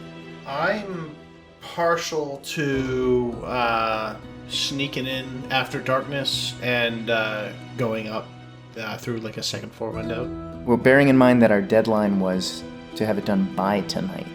So I don't know if we want to wait until darkness. True. I mean, we can look around for a cart to hide two of us in. Well, I mean, what would we be delivering? I don't know. Do we have any reason to believe that there might be tunnels or any like underground access? You do know that Red Grove used to have like a long time ago when giants roamed the land. This is a place where there was some infrastructure, and in most cities that are built on top of those things, like people use that infrastructure as a sewage transportation system. So there is a chance that there are giant tunnels, old giant tunnels that lead underneath this place, but there's no telling whether that's the case from here or whether that would provide you any means of access if you were there. What about trees that extend, like trees that are rooted on our side of the hedge that extend over the hedge? Yeah, you saw a couple. Okay. Do any of them extend over the roof of the house? No, because the house is at least 100 or so feet away from any of the edges. Okay. So we're if we want to sneak in, we have to cross over a significant amount of like just open lawn. Yes. Okay. And there's no traffic coming back and forth to the house of. Since you got here, like maybe an hour ago at this point, you have not seen anyone come or go. And the house. Remember, again, it's also it's dusk at this point. You would expect that, if people were making deliveries or coming or going for a visit, unless there was some event going on tonight, you're probably past the hours of like regular visitation. Well, then I think we should try and sneak in or look for tunnels. Yeah, maybe let's go take a quick look at the tunnels, or just walk up the front door. Fuck it. Well, I mean, let's talk again about what this guy's position in the community is. What office is he running for? So he has already been elected and is waiting to be inaugurated as one of the councilmen of the city. It's a small council of elected folks that make all the important decisions. So, and then according to what Tommy Two Eyes told you, he is supposed to start office in, he said, a couple days. Your assumption could be that since he said it needs to be done by tonight, that it could be as early as tomorrow is when he's supposed to start his new job. Okay, so we could pose as someone who's seeking like a political favor, or like we could maybe show up as a group of local businessmen that want to talk to him about some legislation we'd like to see moved up or something like that. Like, it's probably significantly less dangerous for us to be let in, walk up to the front door, knock, be let in. Do we know if he's partied with the Druids or the Industrialists? You probably don't know that. Okay. Well, actually, why don't you all make a history check? All right. Okay, Felix, he's unsure of most things at this point. I'm focused on the future. Right, yeah, you don't, yeah, you're a forward-looking guy. For Ronan and Val, you've been hearing things, or maybe you pay some attention to this. It seems like to you, based on what you've heard and like the platform that you remember, is that he made a lot of vague promises to a lot of people, but and now that you think about it, it's tough to pin down whose side he might have actually been on, or if there. It doesn't seem like he directly aligned himself with any particular group of interest within the city. That makes Val hate him even more. Yeah, he's a fence sitter, doesn't take a stand. Take a stand. Oh, wow. Yeah, sure. I'll be a representative from the Druid Circle. That's probably the best. Of which you are, in fact, a member. Yeah. That's right. That's right. Okay. And I'll be one of your aides. Perfect. As will I. I'll be your advisor. I don't take advice from humans. I'll be your chief of staff. Fair. Good. Yes. And then yeah. Ronan's the staff. I'm the bag man. I have all of the You're the porter. toiletries for you. Yeah, take the notes. Yes, please. All right, so I'm going to give a bunch of bags to Ronan and make him hold on to those as we walk up to the front door. What are you thinking it should be in these bags? Are you planning on, like, moving into his house or something, or? No, just like I don't know. I just think about like what do important political people put into bags, and I try to mimic that. And I actually have no idea what political people like. You don't try to imagine what a druid ambassador would have? Just some random human politician? Bags No. of seeds, water flasks, wine Yeah, a bunch of dirt. flasks. We'll just let him out with rocks. Yeah, I just put a bunch of rocks in it to make it look like there's a bunch of stuff in it, and then tell them let's go. It weighs like 200 pounds. Yeah. All right, great, fantastic. So what are you doing? I'm gonna walk up to the door and knock. Okay, which gate are you going to? The big one or the small service one? No, I'm an important member of the community. I'm going through their main gate. Okay. I'm not a servant. Okay. So how are you announcing your presence? Yeah, Val, are we using your real Val Redwood name, or do we have a fake name for you? No, I'm not going to use my real name, but I will use the name of like one of the leaders of the circle that I'm in. Okay. And sort of act as their representative. So my name is going to be Cassandra. I don't know a good last name, but whatever. Cassandra Megalodon. Okay, and- Cassandra Megalodon. Yep. And I am the leader of the Druid Circle for Wildfire? Wild? Yeah. Okay. So I'm here to plead my case. So that's your cover. How are you announcing your presence? Like, you walk up to the gate. What action do you take? Oh, I'm gonna just like bang on the gate, or if it's not open already. Like, Oh, yeah, it is not open.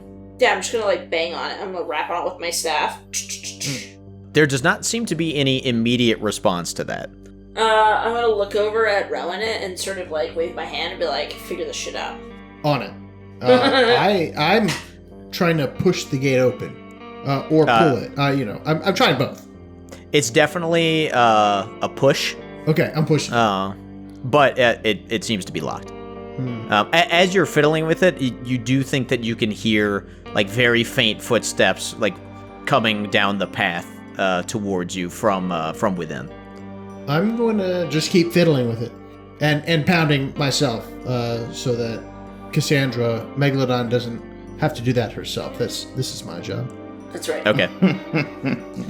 And can I see the person that's coming down the steps, or do I just hear it?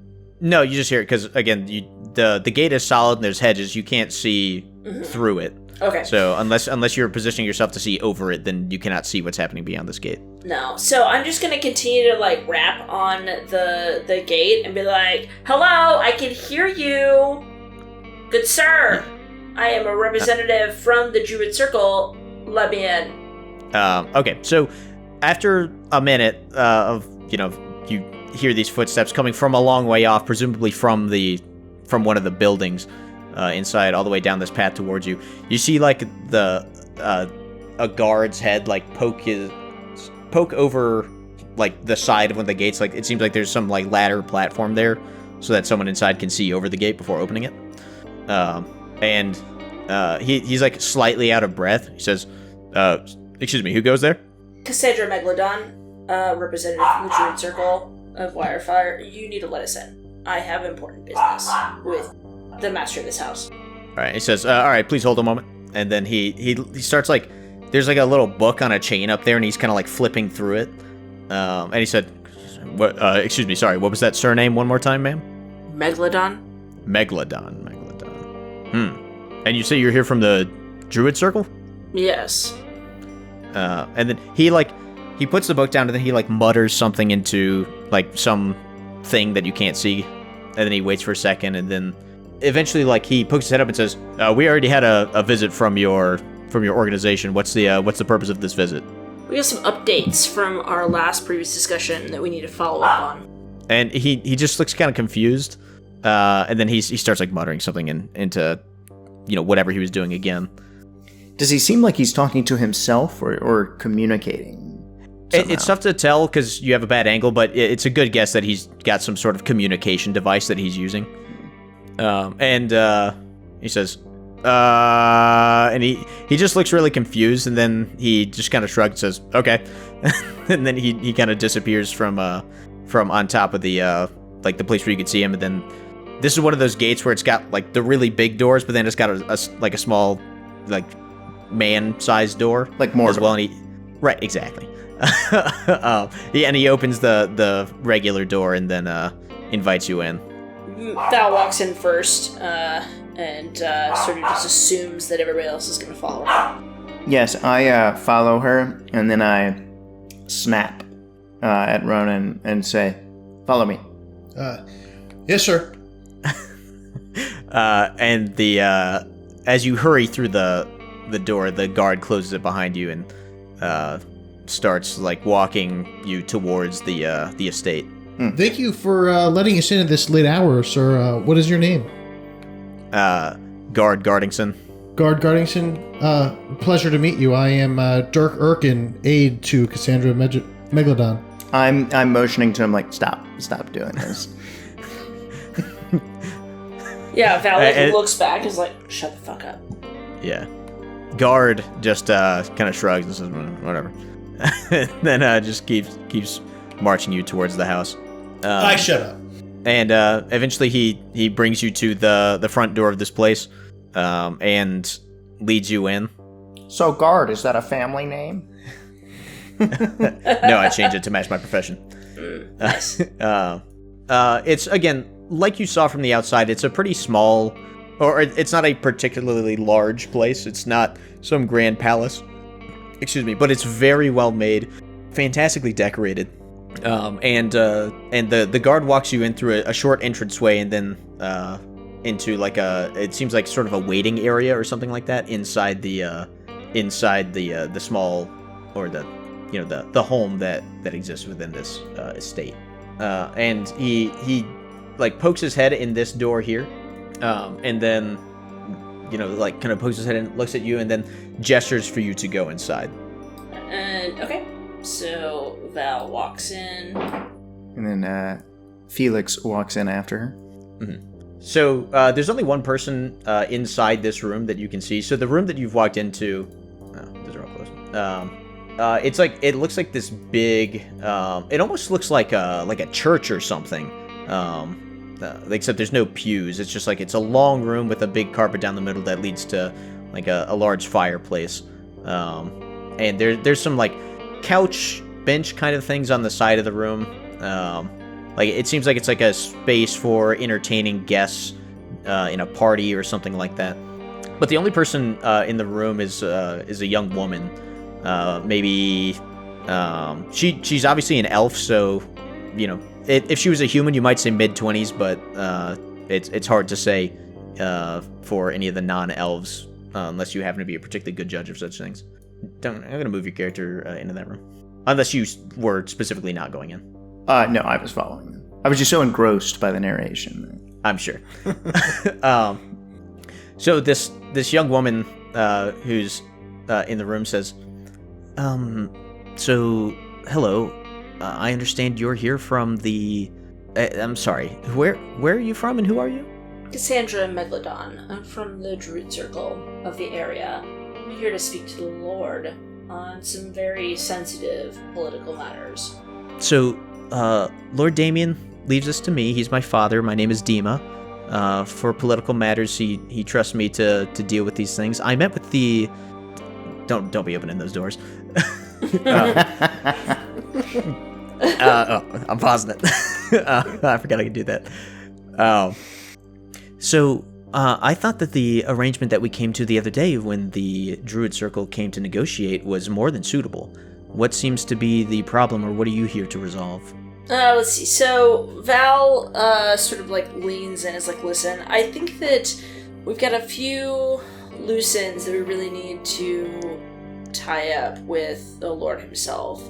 And I appreciate you're the representative, but I'd like to just go straight to the source and try to get this resolved. And she kind of laughs. I'm sure you would, but I'm not going to let you anywhere near him until I've determined. And I seem to be cutting out again. as they're saying, as the two of them are talking, I look at both of you and say, we'll wait outside for this. And I motion to Ronan that, like, let's respectfully step out so they can talk privately. I nod and follow. Okay. Dima does not seem to take any issue with this. Okay. Yeah, so we walk out the way that we came. Actually, hold on. Do we know that there's still a guard or like a manservant still waiting out here? Yeah, he's right by the door. Okay, then in that case, I want to step out of like a different door. Okay. Like just casually, but confidently, excuse ourselves and we just walk out of like what seems like another door. So if you're moving towards one of the other doors, she'll take notice of that and say, "No, if you wish to wait, you can wait in the entry." Okay. Got it. We don't do that. Yeah, it's Okay. like, no, you stay with me. We don't all right. need So you yeah, we venturing walk off out on into our the entryway and shut the door behind us. So I'd like to turn to the manservant and say, could you point me towards the bathroom? He shrugs, and where is there a bathroom right here?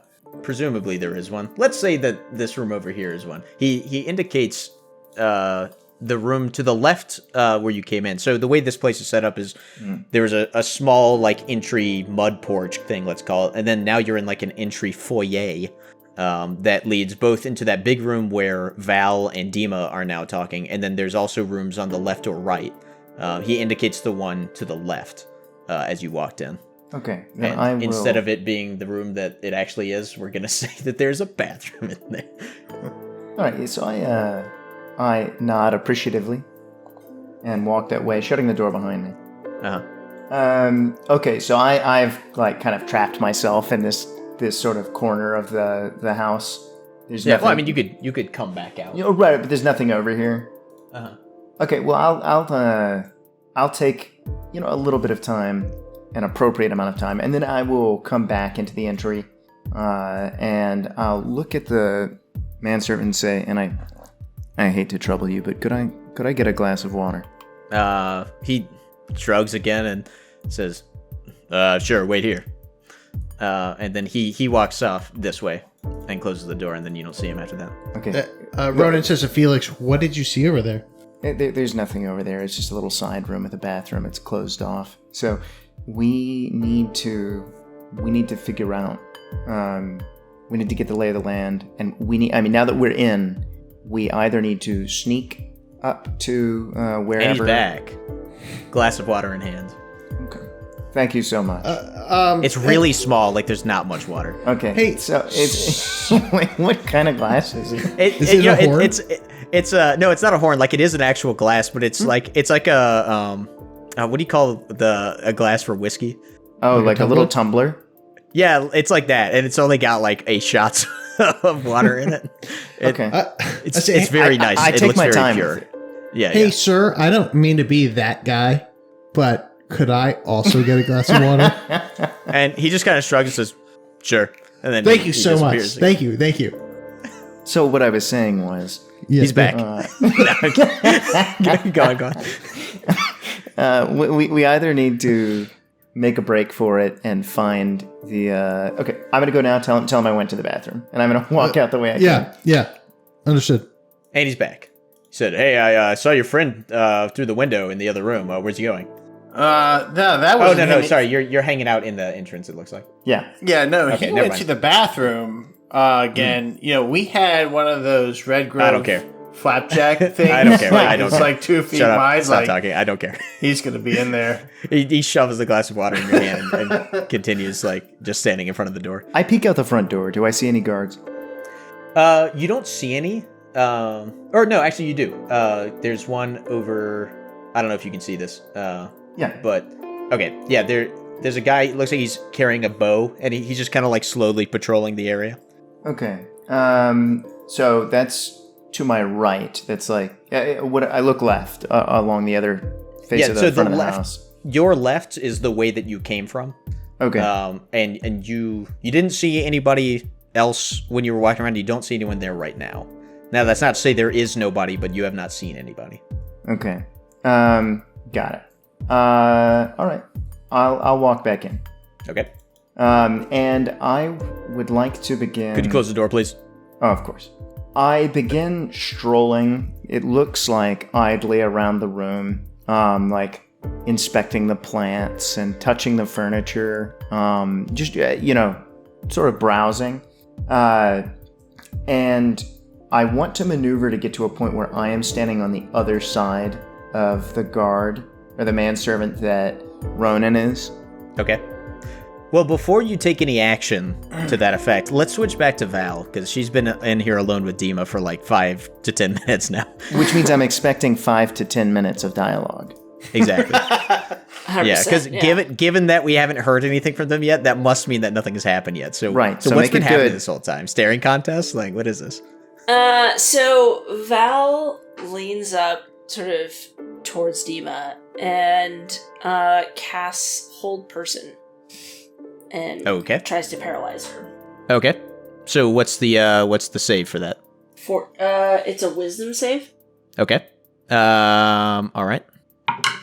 Okay, she got a 19 plus 1 is 20. Damn it. Okay. I tried to do it on the sly so she wouldn't necessarily notice if it failed. Okay, so how do you do that on the sly? Because Hold Person has, let's see. What is it? That has verbal, somatic, and material components. So I have the piece in my hand, and down near my hip, sort of thing. And so I try to do the hand motions down below as I'm distracting her, as I'm trying to talk to her. Okay. So she definitely notices that you're doing that, and even if she hadn't. You don't make wisdom or any saving throws on accident. She feels the effect and is able to resist it. Yeah. And she says she's sitting down on one of these bench type couch things or whatever. And she looks at you and just says, "What are you doing?" So I lean in and be like, "Listen, I know who your father is, and I know that he is not a true believer and patron of the Druid Circle. So you are going to let me in, and you are going to help me convince him to join our cause, or I'm going to kill you both." She leans in even closer than you've leaned, and says, "Who's going to make me?" Me. And then, let's... All right, this has only been 30 seconds, by the way, so... The timelines are not adding up. That's fine. Let's try to... I want to stab her with my ice knife. Okay. Motherfucker! Yeah. Impressive. Well, and actually, so roll it again. You're rolling at disadvantage because this is a ranged spell attack, and you're within 5 feet of the person that you're attacking. Okay. Well, that's much better. But anyway, so you miss. So it just kind of embeds in the wall next to her. Now, does she succeed when the ice shatters? Let's see. Well, I don't actually know how ice knife works. 1 second. Hit or miss, the shard then explodes. A target and creature within 5 feet of it must succeed. Okay, so she'll do that. Let's see. So dex saving throw. She fails. She doesn't seem super bothered by it, to be honest. Annoying. And so what she's gonna do is she, as quick as you can imagine, she stands up, and then you see her form subtly shift. And apparently this is happening very quietly. And the elegant, sort of pretty young lady that you see disappears, and she's replaced by a slightly more demonic form. Oh, shit. And she slashes at you with her claws, I think. What does she do? Yeah, she claws. 27 to hit. Oof, yeah. Which, that hits for 11 slashing damage. Damn, okay. I haven't even made it to the bathroom yet. I know. So what? So we'll pretend that the first 9 minutes and 30 seconds of that was your faltering attempts to like try to like fast talk your way through whatever was going on, and it just wasn't working. Yeah. So okay, so at this point, let's flash back to the other two, and just as you are like positioning yourself and subtly motioning for Ronan to get himself on the other side of a guard Gardington, you hear like a as Val gets slashed pretty thoroughly by some demonic claws. I immediately put my hand over the manservant's mouth, pull my rapier out, and kill him. Okay. Let me see how much health that guy has. Okay, yeah, so you're not able to immediately kill him, but I'll say that you auto crit him. So go ahead and roll automatic crit damage. Okay. Let's see. Okay, so Not great. Okay, so you did 7 damage. So not the greatest critical hit that's ever happened. And I'm making a point to muffle his mouth, though. I'm not letting him cry out. You have effectively done that. Ronan knows what's going on, and also gets in on this. He's picking up on what's happening here as Yeah, he sees the yeah. He dumps the 200 pounds worth of rocks in his satchels. And, Yeah, he's been carrying them around this whole time. He gets in there. Okay, what does he do? He goes for a regular attack in the gut. Go for it.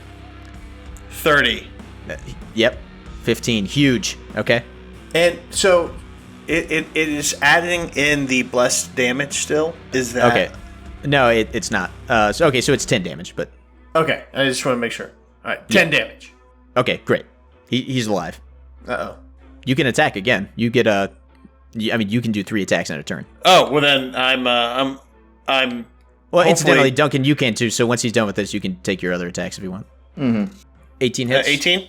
Yeah. And then 14 damage. Yep. Another 14. Yeah, okay. Yeah, oh, you are going to town on this guy, and he's, he seems like he thought he might have control of the situation, but it's rapidly getting away from him. Okay, and then Duncan, you can do your other attack. All right. And you can do a martial arts if you want, or whatever. Did you roll the hit? No, I'm holding him. I'll say that after the first one, you need to roll the hit. Right. Okay, that hits. Okay. Yeah, okay, he's looking rough. This is a strong guy. Yeah, well, he's a professional guard. I'm a professional assassin. I mean, I guess if you're going to change your name to guard, like... Yeah, no, he takes it seriously. Okay, and that is enough. So All right, so we stab him several times, and he's still holding on, and then finally I just punch him. yeah, you And he goes hit him with down. a Captain Kirk neck chop, and No, that's what does it, man. Well, I just rewatched It Man today, Oh, okay, got it. so I did one of Did you do the those thing where like you step on their ankles and break them? no, I did one of those like flurry of blows things that Donnie Yen does, where Oh, yeah. once they're down on the ground, he just like pummels them like 20 times. Uh-huh. Yeah, epic. Yeah, that's enough. He's out for sure. And then the necromancer brings it back. No. I do want to... Can I cast a spell? Do we have... So not now. So we're gonna start initiative now because you guys had your fun with your surprise round, but Okay. now it's go time. Ronan's up. Ronan is going to move here and Cast invisibility on Felix? Okay. We all need to do a better job of explaining where we're moving for those Yeah. audio people. You step over the dead body of Guard Yeah. Gardington. Yeah, and I say... GG. just in case you need this for the fight. Yeah. And then presumably he's a willing target of this spell. Hey, don't Yeah. touch me. And then he shimmers out of visible reality. so I believe... Okay, so he is invisible now. Yeah. Okay. And that is my movement and action. Val Redwood's turn. Oh, hold Okay. on. Before you go to her turn, what can we hear inside the room? Because the two of us are still in the entry. I mean, it's pretty muffled. Yeah, you could tell before that like something was going on in there beyond a pleasant conversation, but it's hard to tell specifically what. Gotcha. Val Redwood. I'm gonna do burning hands, and I'm gonna Okay. try to, smash her with some fire. Okay. So, dexterity, so DC 14, so she fails. Yes. So she will take 11 fire damage. Doesn't really seem to bother her that much either. It's fine. And then my bonus action, I'm going to do the poison spray. That's an action, not a bonus action. Oh, sorry. I'm going to then just do set up my flaming sword and for the next attack. Sure, okay. Felix. So I fling the doors open to the room that Val was in, and I get my first look at what's going on in here. Okay. What do I see? And so what you see is about like maybe 30-ish feet away from you, on the right, which is pretty much where you saw them hanging out before you left.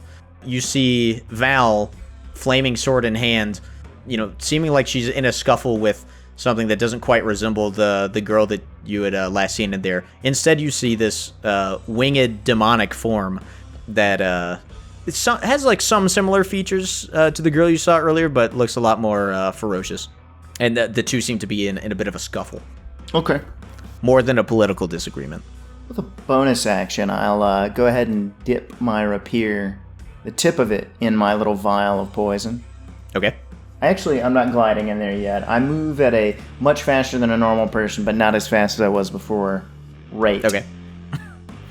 I'm now next to Val, and I go to plunge this poisoned, blessed rapier deep into the demon's heart.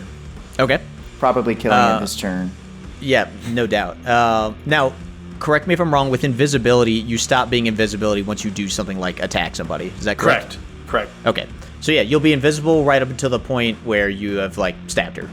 Do I get any kind of advantage for Yes, maybe you will being get able advantage for that. All right. So all right. I'm just letting you know that once you have done that, you are now visible. Yep, I understand. Okay. I guess I need to roll again. Yeah. So we'll take whatever, if you hit, you'll do the damage from the first one. Okay, you missed. God damn. You got 2 16s, AC 17. So you go for a stab, and the way she's moving as she's trying to evade the flame blade, you just miss, and it brushes by her. And as that happens, your invisibility winks out. Wait, but if I didn't hit her, don't I maintain the invisibility? You made an attack. So let's check what the spell says. The spell ends for a target that attacks or casts a spell. Yeah, so you attacked. The fact that you missed does not impact. So the magic identifies that I attempted something.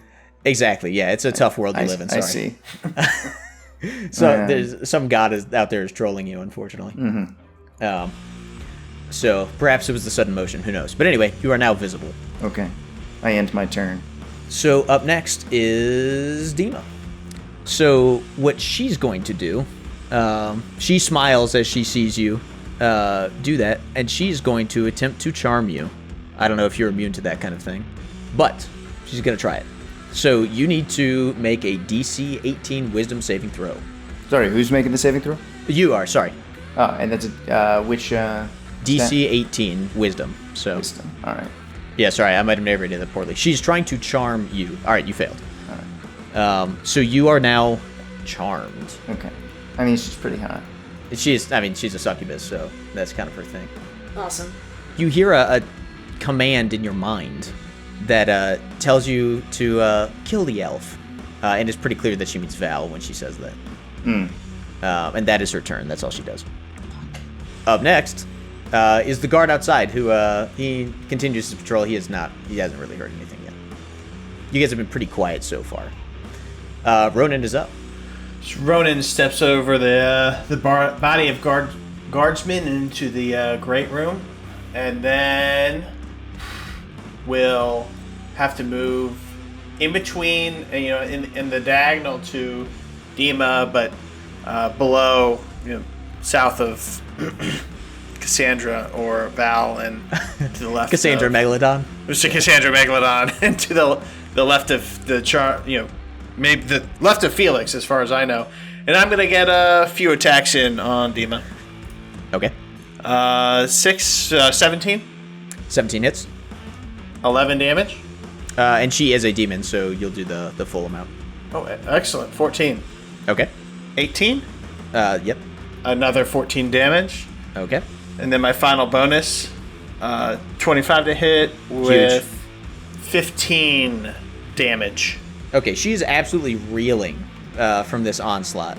Her confident smile turns into something more of a not quite so pretty snarl.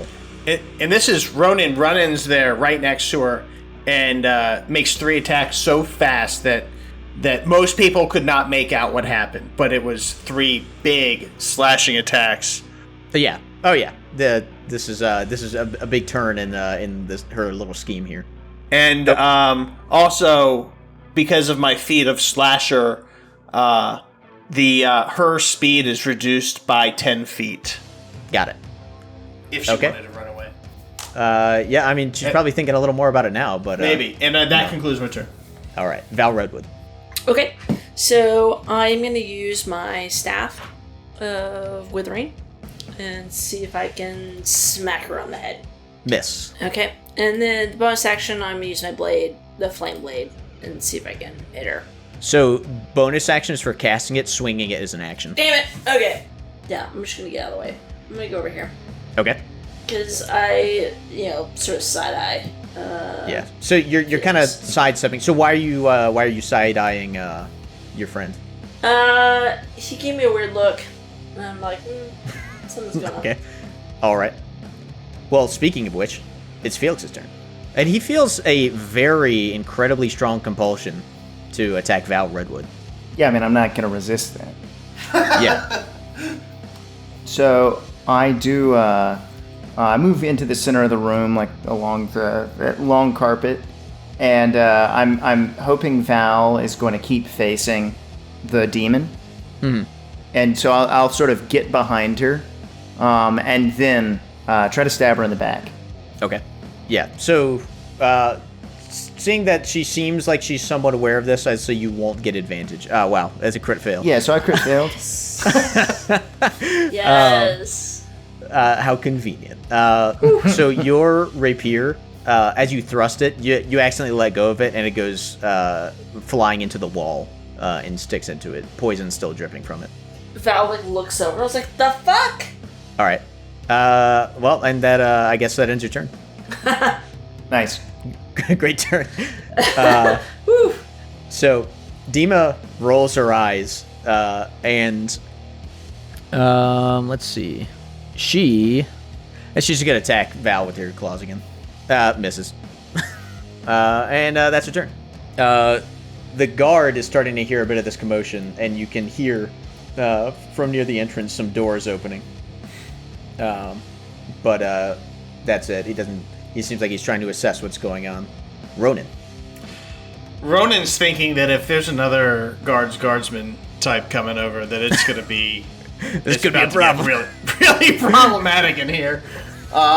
Is there some check I can make to kind of determine what's going on with Felix? Because I wasn't in there. I guess I'm not really sure how to play that, but I wasn't in here when he was charmed. So I mean, you can tell that something's up. Mm-hmm. It seems weird that he is obviously deliberately trying to attack Val at this point.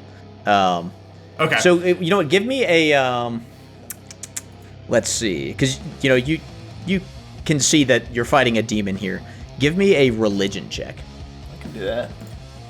I got a 7. I got a 7. So you got a 9. So yeah, you're not sure what's going on, but something's wrong here. All right. Something. All right. And That's I'll weird. say that took your bonus action to kind of try to puzzle through this. You still have your action. That's very fair. But through that confusion, I'm gonna blast into attacks. 26 to hit. It hits. And then followed up with 13 damage, and then my second attack is a crit. Oh my god. Nat 20, so I have Woo! to. Yes. 24, which that is enough. She had 23 hit points left. So you see, like you slash one more time, and you can tell that this blessing that Father Lorien put on your sword is really putting in some work here. But you slash through her, and you feel like it instead of just getting some bite, it goes clean through her. And you see that her snarl turns once again into like a sort of a devious smile, and she winks at you as she like turns to ash, and then just like kind of blows away. Wow. And then Felix no longer feels charmed. He just feels a little confused. Val nods and says, "Well done, orphan." Thank you. She really likes poking him about not having parents. I don't remember his His name's Ronan. name or his new moniker, and so I just call him Orphan. You talk about Vicious or the name you gave him for the role he's playing? Both. Oh, okay. Not a memorable character, Ronan Meadham, Yeah. otherwise known as Vicious. No, Val just forgot all that. I go by many names. Uh-huh. You're like 16. Okay. You can't have that many names. I And yet somehow he does. have lots. Not a lot of good ones. And that completes Ronan Meadham, Yeah. a.k.a. Vicious's turn. It's Val Redwood's turn. Okay, so Demon's gone. And so... Now, you do not know that Felix is no longer trying to attack you. Okay, so I'm going to step up and away from Felix and sort of... I'm going to ready some poison spray. So if he decides to come at me, I will blast him with that. But if he doesn't, then he's fine. Okay. Then I'll be done. All right. Felix Moonfellow. I look around at these two, and I like kind of come to and go, huh, I don't know what came over me. Might be. Really? That's all you're going to say? It's not like I hit you. Yeah, Val, did he hurt you at all? No, I guess not. Yeah, then then what's the you big don't deal? think you're being like a little unreasonable? Whatever, it's fine. Maybe next time just don't even try to throw something at me, maybe? As this conversation develops, an arrow flies into the room, aimed at Felix. Ooh, that's a crit. Oh, shit! So that does 17 piercing damage, Oh my god. Oh! and then it seems like the archer like moves to the side so that you lose sight of him or her pretty Okay, quickly. where were they? Where was that coming from? The entry that we. Yeah, from the entry where the dead guard Gardington All right. lay, R.I.P. And that completes the archer's turn, or the other guard's turn. Ronan.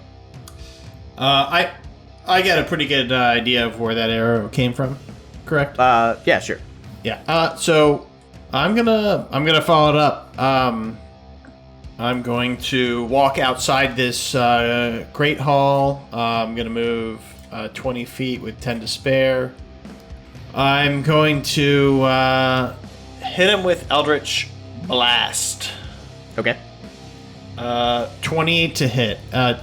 And I get 2 blasts. Do I roll a second hit, or do I roll 2 damage? So with Eldritch Blast, it's 2 separate bolts. Okay. You get another bolt every time you do like another level up, or the next level of it. So unlike something like, let's say, Fire Bolts, where you just do an extra die of damage, you actually get extra bolts go out. So you have to roll for each one. All right, rolling for my second bolt so I can combine them. 17 to hit. Yes. All right, that's so 2 damages coming in hot. That's 2 10s for 20 damage. Okay.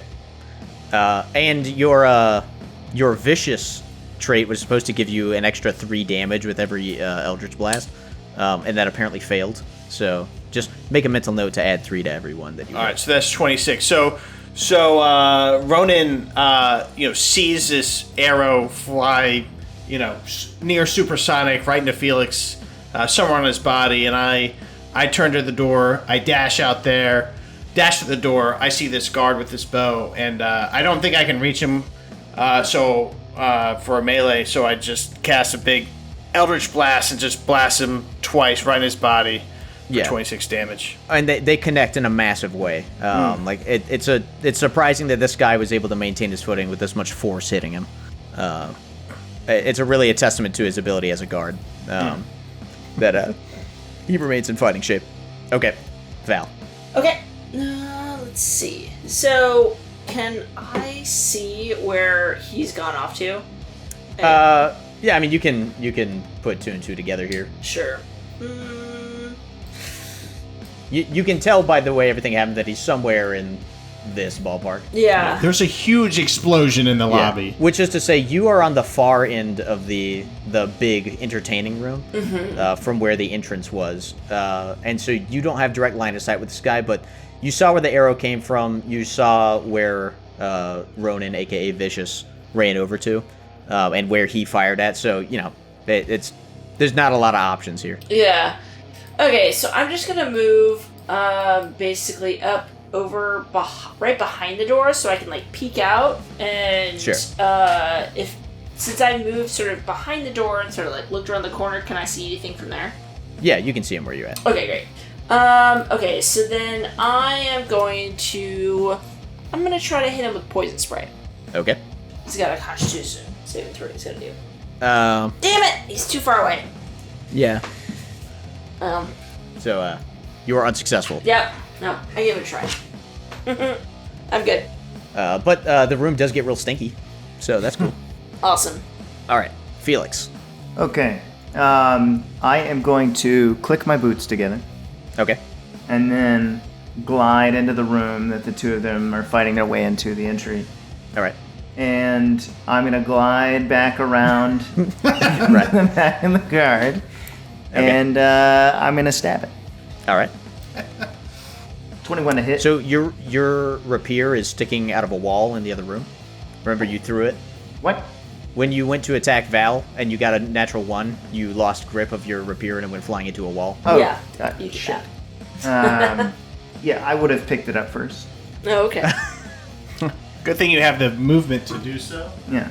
Yeah, so I run into the room and I go, oh shit. And I run back out, get the rapier, come back in, stab him in the back. Okay, so you are going to trigger an opportunity attack doing that. All right. If you don't think it would have been self-correcting that I was running in there without the rapier. So you take 5 piercing damage. Okay. And now you can resume your whatever you're doing. Yeah. I stab him. Okay. I rolled a 21. Okay, that hits, and you do a total of 8 It's you only do poisoned. 7. The guard needs to make a DC 14 Constitution saving throw. 19. Okay. Never mind then. All right. Okay, but he does take the that initial damage. Yes. Okie dokie. All right, and now, was that your turn, or do you want to? My bonus action was to click my boots together. Okay, you do get 2 attacks for your action though. Oh no, you're right. You're right. I keep. I've been playing in more low-level games recently. Mm-hmm. Yeah. So I will take a second rapier attack, which probably misses. Okay. Okay, great. Guard's turn. He turns around to cut you with his short sword twice, and both of those hit for a total of 15 damage. Okay. But he's looking shook. Okay, we're top of the turn order. Before Ronan does anything, you guys hear a door opening on the other, near the other end of the room, kind of nearby where Val had been standing before. And if you turn to look, you'd see a man, a adult male elf, poke his head out and then kind of like raise his eyebrows and then go back in and close the door. Did anybody see it? I'll say that you would have turned and looked, probably, because you're a pretty aware person. You're in the same room. Yeah. So yeah, I'll say you saw it. Okay. And now it's Ronan's turn. I say, I'll save you, Felix. Don't worry, you sweet man. And I come over here, or I come over behind him. I'm assuming it's here because he just attacked Felix. Yep. Yeah, you are now this valiant individual is caught between a killer sandwich here. Mm-hmm. And I'm going to attack, and I crit fail with a 12. Okay. I don't know. Someone tell me what happened. He heals me. All right. So you were in Eldritch Blast mode, and you hadn't like reset mentally yet to get back into sword swinging, and so you just kind of like point your sword at him, but forget to like actually hit him with it. But you didn't cast a spell either, so just like nothing happens. But I look awesome doing it. It's a cool pose, and if a Eldritch Blast had flown out the end of your sword, because as a Hexblade, your sword is your spell casting focus, I believe. Like it would have been sick, you just didn't. So it just goes and nothing happens. All right, and that most likely concludes my turn. Oh, without a doubt. Val Redwood. Okay. So she's going to sort of not shout, but more like sternly whisper to the group, like, I saw the Lord. Let's get this guy killed so that we can go and chase after him. And then I am gonna move. I can't get through the door. There we go. And I'm gonna try to hit him with my staff. Why don't you use your flame sword? Yeah, that's a good call. There it is. Pew. Oh my god. You missed. God damn it. Yeah, that's it. Alrighty. Felix. I am going to stab him with my rapier. Go for it. Ooh. Another natural one. I'm going to kill myself in real life. Yes. I don't know.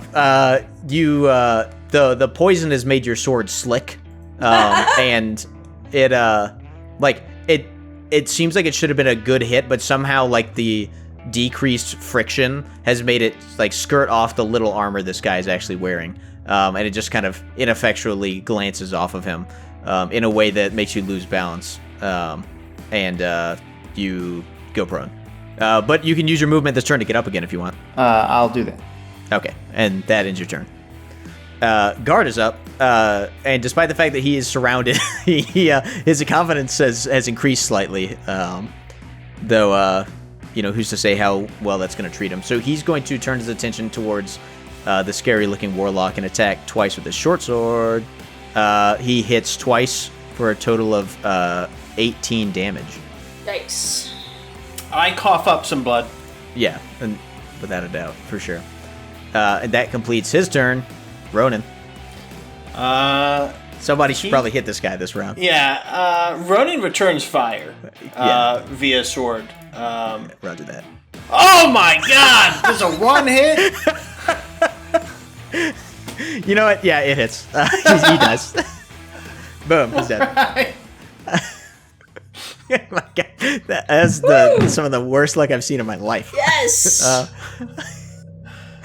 Incredible. Okay. So you've dispatched these guards pretty handily. No real issues there. Naturally. Yeah.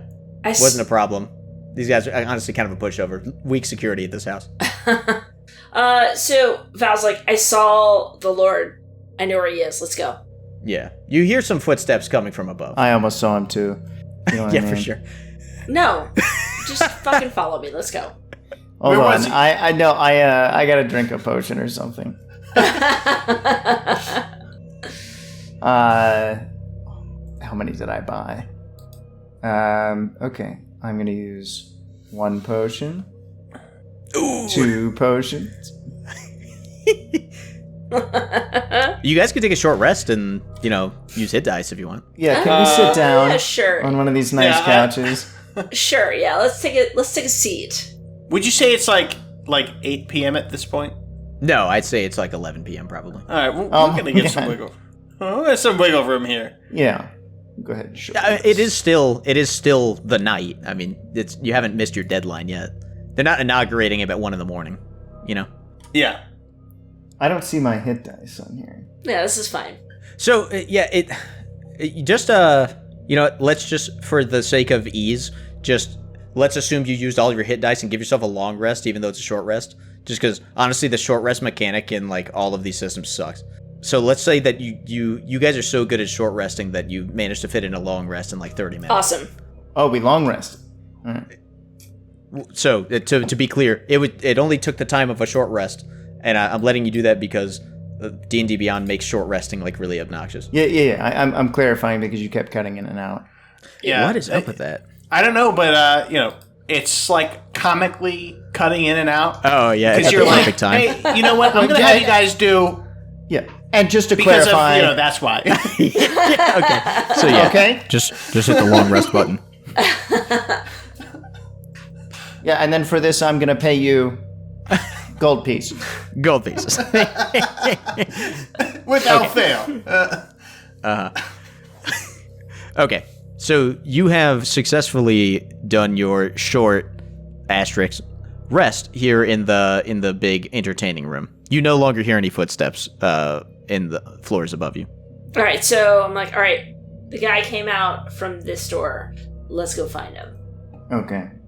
So you open that door, which is unlocked, Of course. and within it you find a staircase. Ooh, great. Is this to the outside? Yeah, it's a window that looks into the back garden.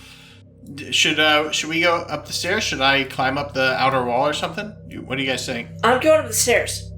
Let's just follow I'm him. going up the stairs. Yeah, let's do it. Okay, so All right. when you do that, you find yourselves Ooh. over here. Ooh. Oh my god.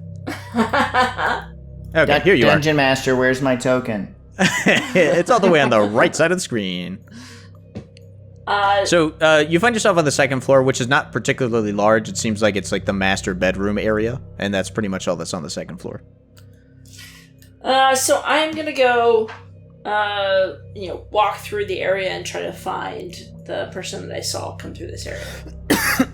Okay, so as you explore this relatively small area, you don't see anybody here. These windows we're looking out. Where are we looking? Sorry. So you are on the second floor, and Uh-huh. depending on which room you're in, you kind of have 360 visibility of the whole area. Okay. Although mostly what you're seeing is like the roof of the the house around it. Okay. If you're looking from the south or west side. So are there other floors on our level? It Just does not appear to be so. Okay. Is this a desk here that I can look inside? Well, you could, but if you had journeyed into this room on the north side that has the big fireplace in it, I did. The only interesting thing that appears to be on this floor, there's a really big. It looks kind of like a painting, except when you look at it for more than a few seconds, you notice that it's moving. Oh shit. Touch it. Yeah, I'm gonna go see if I can pull it off the wall. It doesn't seem like it wants to move off the wall. I touched the painting. Okay, when you touch the painting, it doesn't seem like you're touching like a canvas like you expect to be there. Like your finger moves into it. Great. Let's jump into it. Are you jumping into it? Yes. Yeah. Okay, you jump into it, and you find yourselves On the Dawn Treader.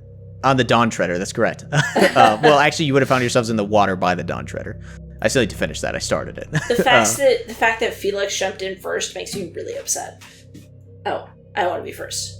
As soon as you jump in, you feel like the atmosphere around you change. Like the pressure seems high, then it seems low. This feels like a very like tough place to be.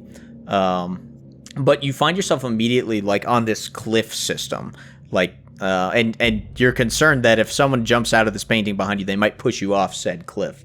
Yikes. I reach back to grab the frame of the painting. So it doesn't seem well. Yeah, sure, you can do that. Why not? Yeah. I grab Felix. I appreciate that your reflex was no. Yeah. Well, and then I changed it to yes. Okay. And you eventually all find yourselves here on this this kind of road thing that it's like it's a road system that's on these very sheer and stiff cliff faces that are frankly a little bit terrifying. And again, you feel like these strange, like you feel like the entire atmosphere of this place is like turbulent, and like troubling to even be in. It's like you've entered the chaos realm. Oh. It's like that. Who's to say whether that's truly the case? Yeah. I'm gonna drink one of my holy waters. Okay.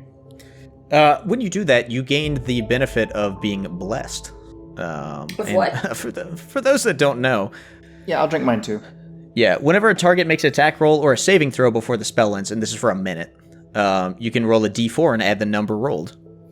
It's pretty sweet. Excellent. Okay, but again, this turbulence immediately starts to affect you. So I'm gonna be for as long as you guys are here, I'm gonna be rolling on the chaos table. Oh Yeah. shit. Nice. Oh Okay. So this cliff face, I have questions about where the environment around us. So if you have more stuff to say. Yeah, I'll tell you about the chaos table first. Okay, sure. So what's going to happen is every once in a while, at some interval, I'm going to have you make a saving throw, and then there's going to be an effect.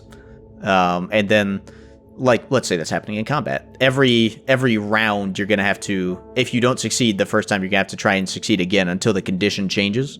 Some of the things are good, some of the things are bad, but it makes fighting in the chaos realm tough. Unlike the other combats you've done, which have been easy. Oh, great. Okay. Okay, now go on and ask your inane questions about this cliff system. So how high up are we, like, on this cliff system? So, as compared to, like, the immediate roads around you, like, these are somewhat steep, but it's, like, traversable, like this road that you're on.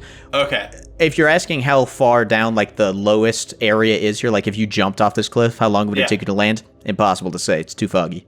Oh, okay. Gotcha. Which is to say it's probably a bad idea to jump. Probably. Unless you have Ring of Feather Falling. This is true, although, Ooh, you know, you can still feather fall into a very bad situation. Technically. You know, but yeah, hey, I'm not telling you no. Go for it. It just might not be a very good idea. I'll consider it. So, okay. But I'm going to need everyone to make a int saving throw. This is the only time you'll ever do one, by the way. Oh boy. Okay. I've never even heard of that. Yes. Oh, I got plus, an do I add a 18. D4 for being blessed? Yes, you do. Oh shit. Okay. Okay. Wow. 22 then. All of these are DC 12, but every chaos roll is DC 12. 21. Gotcha. Okay, so all of you succeed. Whew. And so you take no effect this time. Okay. Okay. So you can see the path winding forward. I'd like to move to where the path kind of splits. Just like, Oh my god, you see demons across the way. Oh my goodness god. gracious. Oh no. So we find ourselves in this. Is this a very gray, rocky area? These rocks are gray. I'd say it's pretty gray, yeah. What does the sky look like in the Chaos Realm? It looks stormy at times, and then a moment later, you see the sun shining. It's so strange. It's chaotic. Okay. Very chaotic. So we're on this passage along this steep, chaotic cliff with That's a right. stormy, chaotic sky. Uh-huh. Okay, cool. All right. So it doesn't seem like the demons have seen you yet. Is there anything you want to do? I'm gonna say to my companions, I'm gonna try and Eldritch Blast, sneak attack these guys. What do you guys want to do? I'm going to light up the blade that I have for my flame blade. Okay, all right. I'm getting my blowgun out. Nice. Felix, do you want to blowgun the guy on the right while I Eldritch Blast the guy on the left? I think that is the smart play. Ooh. Okay. All right. Val, would you like to count us down? Yeah, sure. What number do you want to start with? You can give me a d20. Oh, shoot. Well, I see more of these guys now. 10, 9, 8, 7, 6, 5, 4, 3, 2, 1, and 0. Yeah, I dip my bolt or my dart in the poison, Go. and then I line up my shot. And I shout, Eldritch Blast! And point my sword with a 19 and a 15. Okay, both hit. Okay, that'll be. Which one were you firing at? So you were firing it at the one it's like just across the way from you. So the way this cliff is working, audience, is so the three heroes here have descended a trail, and it curves around this very, very steep pit, and then goes up and around on the other side. So there's this inverse funnel shaped pit that this system goes around, and then it continues up in the same pattern. They're just on this one cut along it. I hope that was descriptive. So they're firing at demons right now that are these like flying winged creatures that are just on the other side of the thinnest point of the gap. And they're winged, but they're perched on the trail? At this moment, they are. Okay. So I hit the northernmost or topmost for 16, and it looks like Felix hits for 23. That appears to be the case.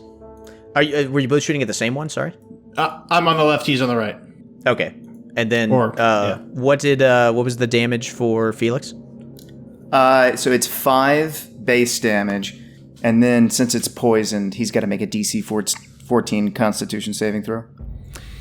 He's got a condition immunity against poison. Okay. And it's just 5 damage. It's just 5. Okay. Oh, yeah. Can I add 1d4 to that, even though it's not a roll, it's just a flat damage? For what? For blessed. You don't add damage, it's to hit. All right. So that's a no. So that is a no. For some reason, these guys' hit points aren't updating. I'll just keep track manually. Okay. 0's fine. So they, especially the one that you Eldritch blasted, definitely are taken aback by this damage, but they perk up and one of them screams aloud, and then you see a bunch of them start flying towards you, and combat is joined. So let me go ahead and create an encounter.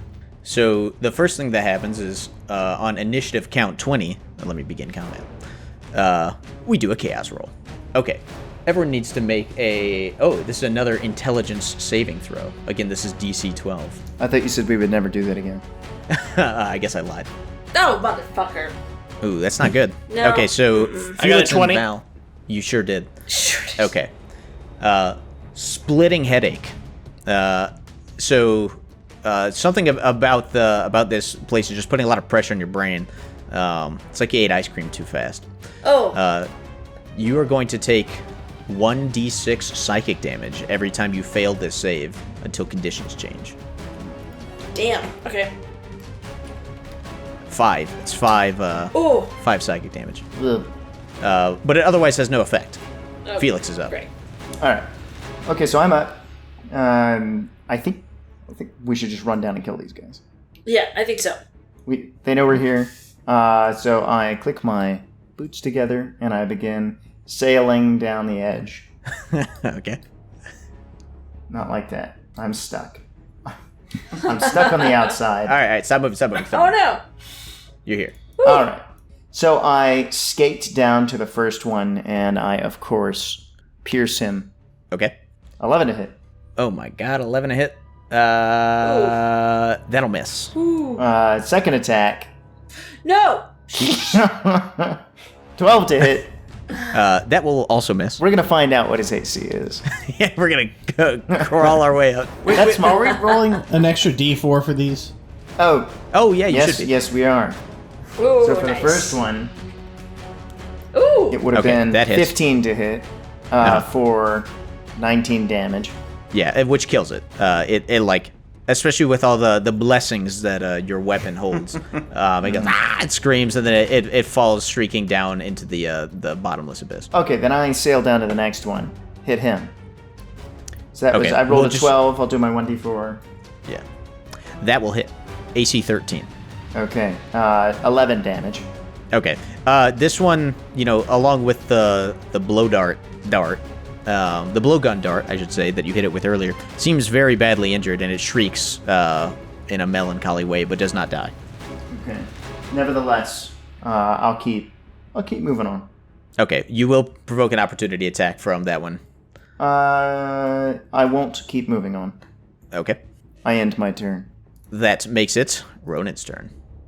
Ronan is going to move, north along this bend. Right. So you're running this circle, the same one that your monk friend did, rounding this very narrow bend and coming around to the dead body of this. Yep. weapon. So I make it to the dead body at my 30 feet of movement, which is as fast as I can go. Still very jealous of. Seems how very fast slow, I- doesn't it?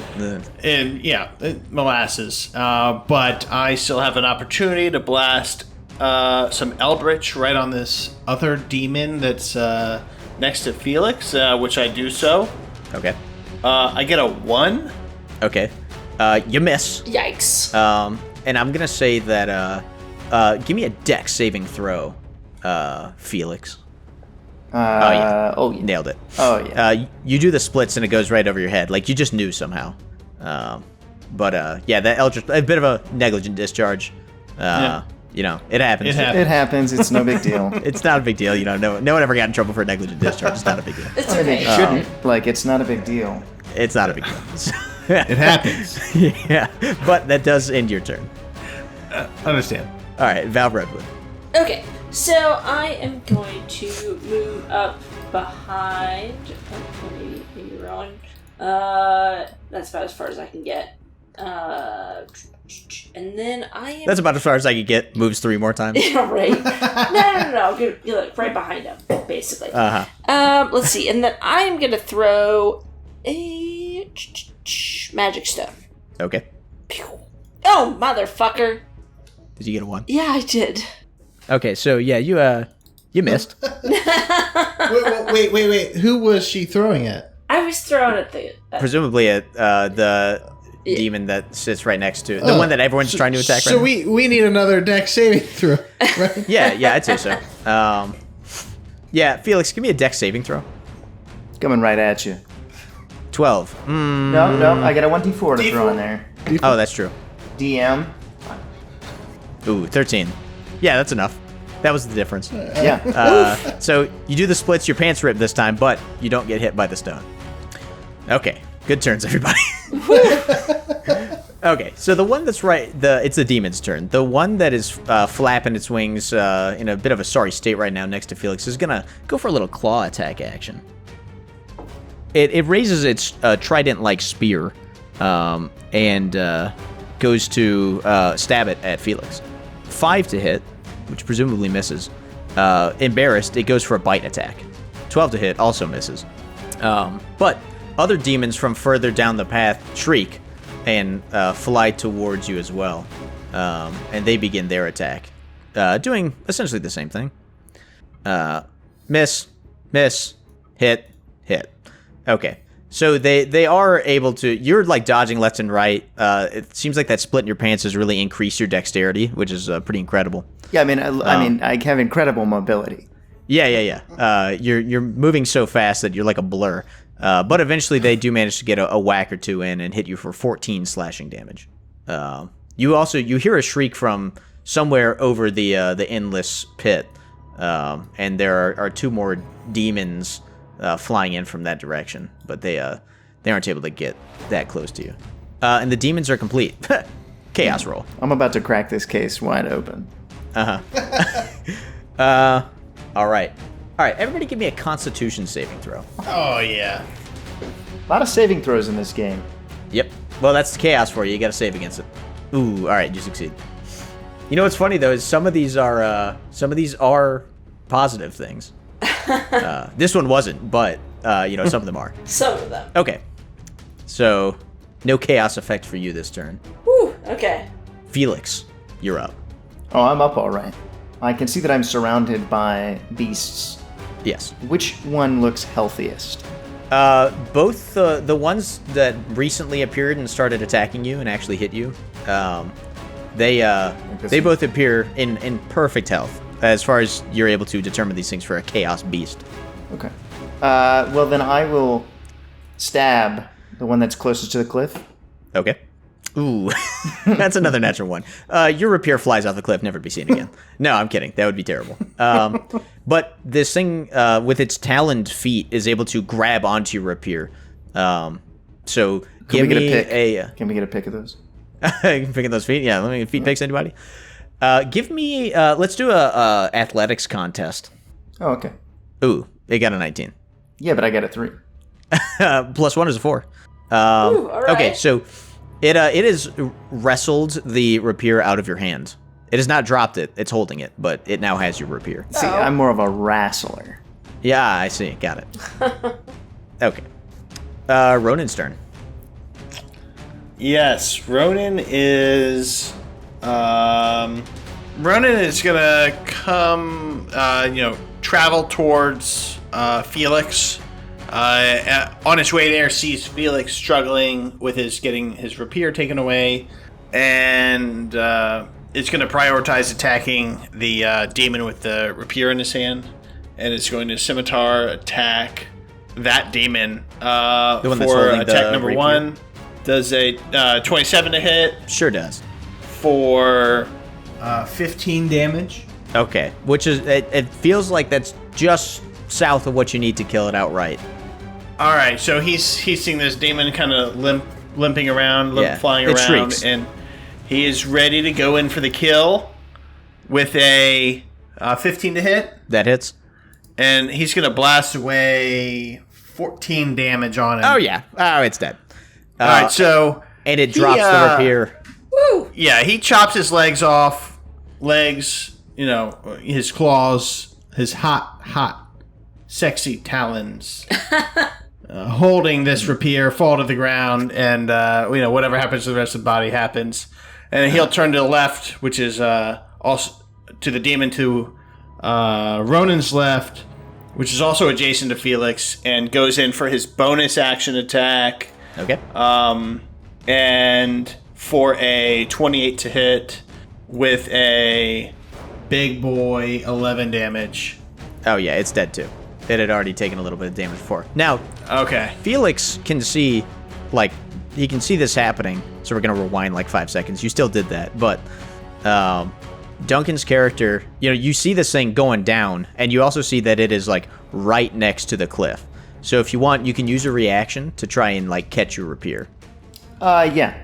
Okay, give me a dex check. A dex check.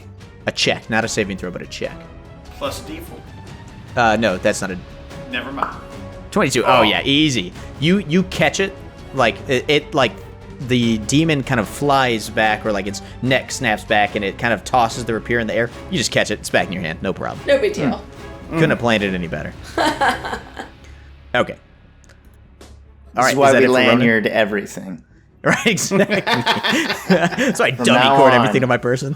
All right, Val Redwood. Okay, so I'm gonna walk up to the rest of the group, and we got one guy left, right? In your immediate vicinity, yes. Yeah. Total. Total. This is the final boss. One of these is Damien. You just need to figure out which one. I'm just gonna try to smack him with my staff. Oh, motherfucker, come on! How did I get a 1? I'm just gonna, cry in shame. Yeah, it just fails. Whatever. We'll move on. That's your turn. A little late. Can you describe the appearance of these demons? Oh, yeah, I'm sorry. So these demons, I'm going to append it to the front end. So these demons that you see flying around, they're these, they're really spiky. They've got these big leathery wings, which they're not like bat wings where they, their arms are attached, to the wings. They have free-floating wings that they power, like an angel does, but these are far from angelic-looking creatures. They've got this sickly purple skin, and they're probably just a little smaller than maybe a 10 or 11-year-old kid. But they're really thick and muscular, and they wield these horrible-looking tridents that have these barbed ends. They're kind of nasty looking. Ooh, gross.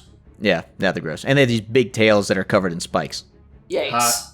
No, thank you. and huge wieners. Okay. But that's neither here nor there. Long, thick. Long and really thin. They're like a silly strip. Okay, it's the demon's turn. So, No, I want to talk about this. The one that Val was just trying to hit turns around and tries to attack you with its trident, which No. this thing calls a fork. 13 should miss. Yes. But then it tries to bite you, Stop it. and it also misses. Whew. These things have the worst 2 hit. I think they have +2. But the other 2 that are over to your south, they fly in as well. And one of them is able to get just close enough to you. to attack you from behind. Stop it. And it's going to try and whip you with its tail. No. Oh, hang on. The tail's a range attack. Never mind. So this one is going to hit you with its fork. 15? Nope. Nope. Not good enough. Okay, and the bite. Ah, man, this thing's can't hit anything. All right, and then the other one is going to try to attack Felix with its tail spine. That's a miss. And then it's going to do it again. That's also a miss. Man, all right, sick. The demons accomplished nothing. But I know that feeling. yeah, sort of I've been a there theme here. before. Yeah. So it's time for the chaos table. All right, I'm gonna need everyone to give me a wisdom saving throw, DC 12. Oh, okay. Cool. Yes. Okay. Hold on. I'm not done yet. Yeah.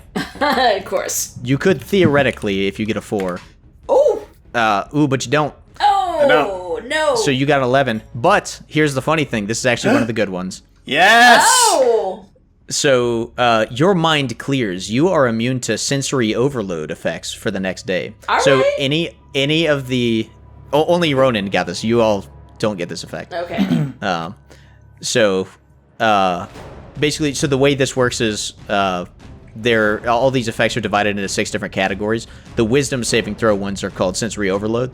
So because you let whatever this thing is happen to you, not willingly, but it turns out it was a good thing, and now you're empowered against those kinds of effects.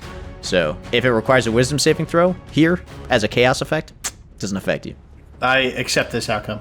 Yeah, good. Nice. You have no choice but to do so. I do it anyway. All right, good. All right, Felix. I'm going to turn and stab the guy that's between me and the wall of the cliff face. Okay, This guy. I see him.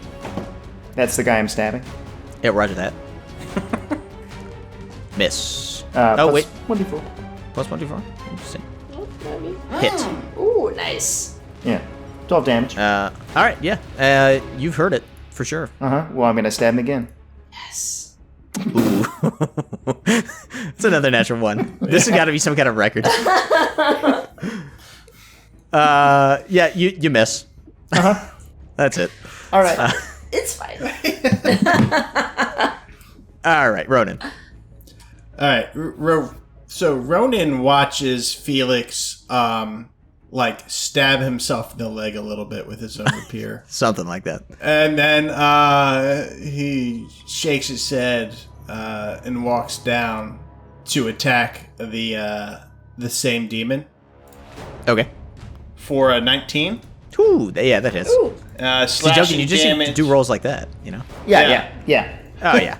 It's dead. It's so dead. So He dead. dies. It splats against the wall, and purple blood goes flying everywhere. Ooh. It's purple here. Yikes. That's so chaotic, right? That's crazy. Uh-huh. And then Ronan goes for a follow-up attack on the. Oh, yeah. He's right in the middle of like 3 or 4 of them. He's right where he wants them. He's gonna keep going. The demon that's just next to Val. Yeah. Yeah. You guys are such a well-oiled machine. You can never remember each other's names. It's awesome. Yeah. Oh, that'll hit. That's a 15, and then I'm following that up with this many damage. 15. Oh, big hit. Great. He's prone. Hey, sure.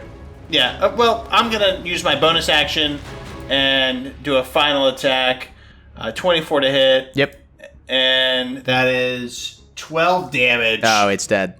Yeah, I come smashing down right on its body, and it feels good. Audience, this is why people love playing Hexblade Warlocks. Yes. Okay. Awesome stuff. Val Redwood. Okay. So we got one guy. So Don't worry. Even though you haven't actually hit any of these things yet, most of them are dead now. okay, so the guy that's sort of on the cliff face. Yeah, there's one more demon who's kind of hovering over the bottomless pit at the moment. Yeah, it's fine. But this demon, they are flying, like, at our level? Yeah, right about. Okay. Yeah, I'm gonna try to throw a magic stone at him. Okay. Why not? I'm sure that'll go well. Yeah, it's fine. Oh, yeah, that hits. Nice. Ah, 7 damage, yeah, for sure. plus Definitely definitely, took notice of that. It was like, ooh, ouch. Hit him right in the eye. Yeah? Okay. Yeah. Yeah. He's blind now. He can't see. Good. At least I got something. Yeah, so now I'm just gonna laugh at him. That's my bonus action. Call good. All right. The demon's up. It's going to fly at Val and attempt to, Stop it. do something. No. Misses twice Whew, thank God. because these things can't hit like anything. Apparently, I should have checked that before I used this monster. That's it for him. But chaos time. Chaos time. All right, everybody, give me a dex saving throw. Oof. 17. I rolled a 1. Okay. Ooh, 8. Well, you no. can't crit fail these. So remember, you still have a 1d4 you can That's right. use. I don't want to be... So Duncan has a 1 in 2 chance. Oh, yep, you succeed. And so do you. You both succeed. Yes! Okay. Was it a good result, though? No, it wasn't. You were about to take much fire damage. Ooh, thank God. You can feel like the world is getting hot all of a sudden, and like things start catching fire that seems like they shouldn't. But it's annoying, but you manage to avoid all harm in the process. Whew, thank God. Felix. All right, let's take a look. Well, it looks like the only one who's still alive is... Yes, there's only one of these flying pathetic demons remaining. Right, I'm just going to poke it. Yeah, go for it. Let's see it. That'll hit. And it dies. Its body flops and flips down the endless pit. Good. All right, and that is all the immediate threat you see. Although the threat of the chaos realm, is obviously still present. Sure, of course. Let's keep going. I am going... Ronan is going to try and run up this cliff face. Okay, that's interesting. Oh, you have boots of climbing or whatever. I have gloves of climbing. I Yeah. can... climbing does not cost me extra movement, and I gain +5 strength or athletics for checks. Cool. Yeah, no, you're able to climb up that cliff, no problem. All right, and this is mostly due that's to a the demon. jealousy of Felix moving, an absurd amount. Of course. Sure. Yeah. So this cliff that you're on, or the path that you're on, it diverges a few feet away from where you were at, and one of those forms this switchback that ends up kind of cutting back on itself, and so you are able to rapidly ascend up about probably like 40 or 50 feet, and it's like you're just running straight up it. It's crazy to watch. Whoa. It's also insanely dangerous, or it would be if you weren't so good at climbing. Val respects that. Well done. Yeah. She might not know that you have an item that lets you do that. She might have thought it was just all skills. I'm just very, impressed. Yeah, so, wow. Wow, okay. All right. All right. So what are y'all up to? What are you trying to do? I guess I'm going to try to chase after him and go in the direction that he's going to switch back. Okay. All right. So you're all advancing up this here trail. Everyone, you know what? It's time for a chaos roll. Chaos. Go ahead and give me another dexterity saving throw. Go ahead and stop moving around. Ooh. Oh no! All right. So 1d4. Ronan cannot succeed. Also, by the way, your bless has faded at this point. Shit. It's only a minute, and that has passed. Oh no. So Val failed, Ronan failed, but Felix succeeded. So for those who failed, Shit. rocks begin falling off the cliff above you, and you do not dodge them in time. Go ahead and take 2 bludgeoning damage. Oof. Ooh, I feel very bludgeoned. Yikes. Okay. So what is the plan from this point? You guys are advancing up this path? Well, You think it went this way? do the other characters do Val and Felix make it up to me? Like, does this path keep going, or is it kind of dead end? Well, that's the funny thing. When you advance a little further, you find yourself way over here. Oh, How strange. And you advance a little more, and hang on, you can see your pals across the way over there. oh my gosh. Yeah, so if you keep walking up the path, like up to the top here, Yeah. you find yourself kind of looping around. Uh-oh. It's crazy. Uh-oh. You find yourself over here. All right, so what we want to do is go left, right, up, down. Left, right, up, down. Yeah, it's like Legend of Zelda. Yeah, we need to go left on that fork instead of right. You mean... Where the demons were, that we were fighting them, Yeah. we need to go left. Okay. So you went left last time.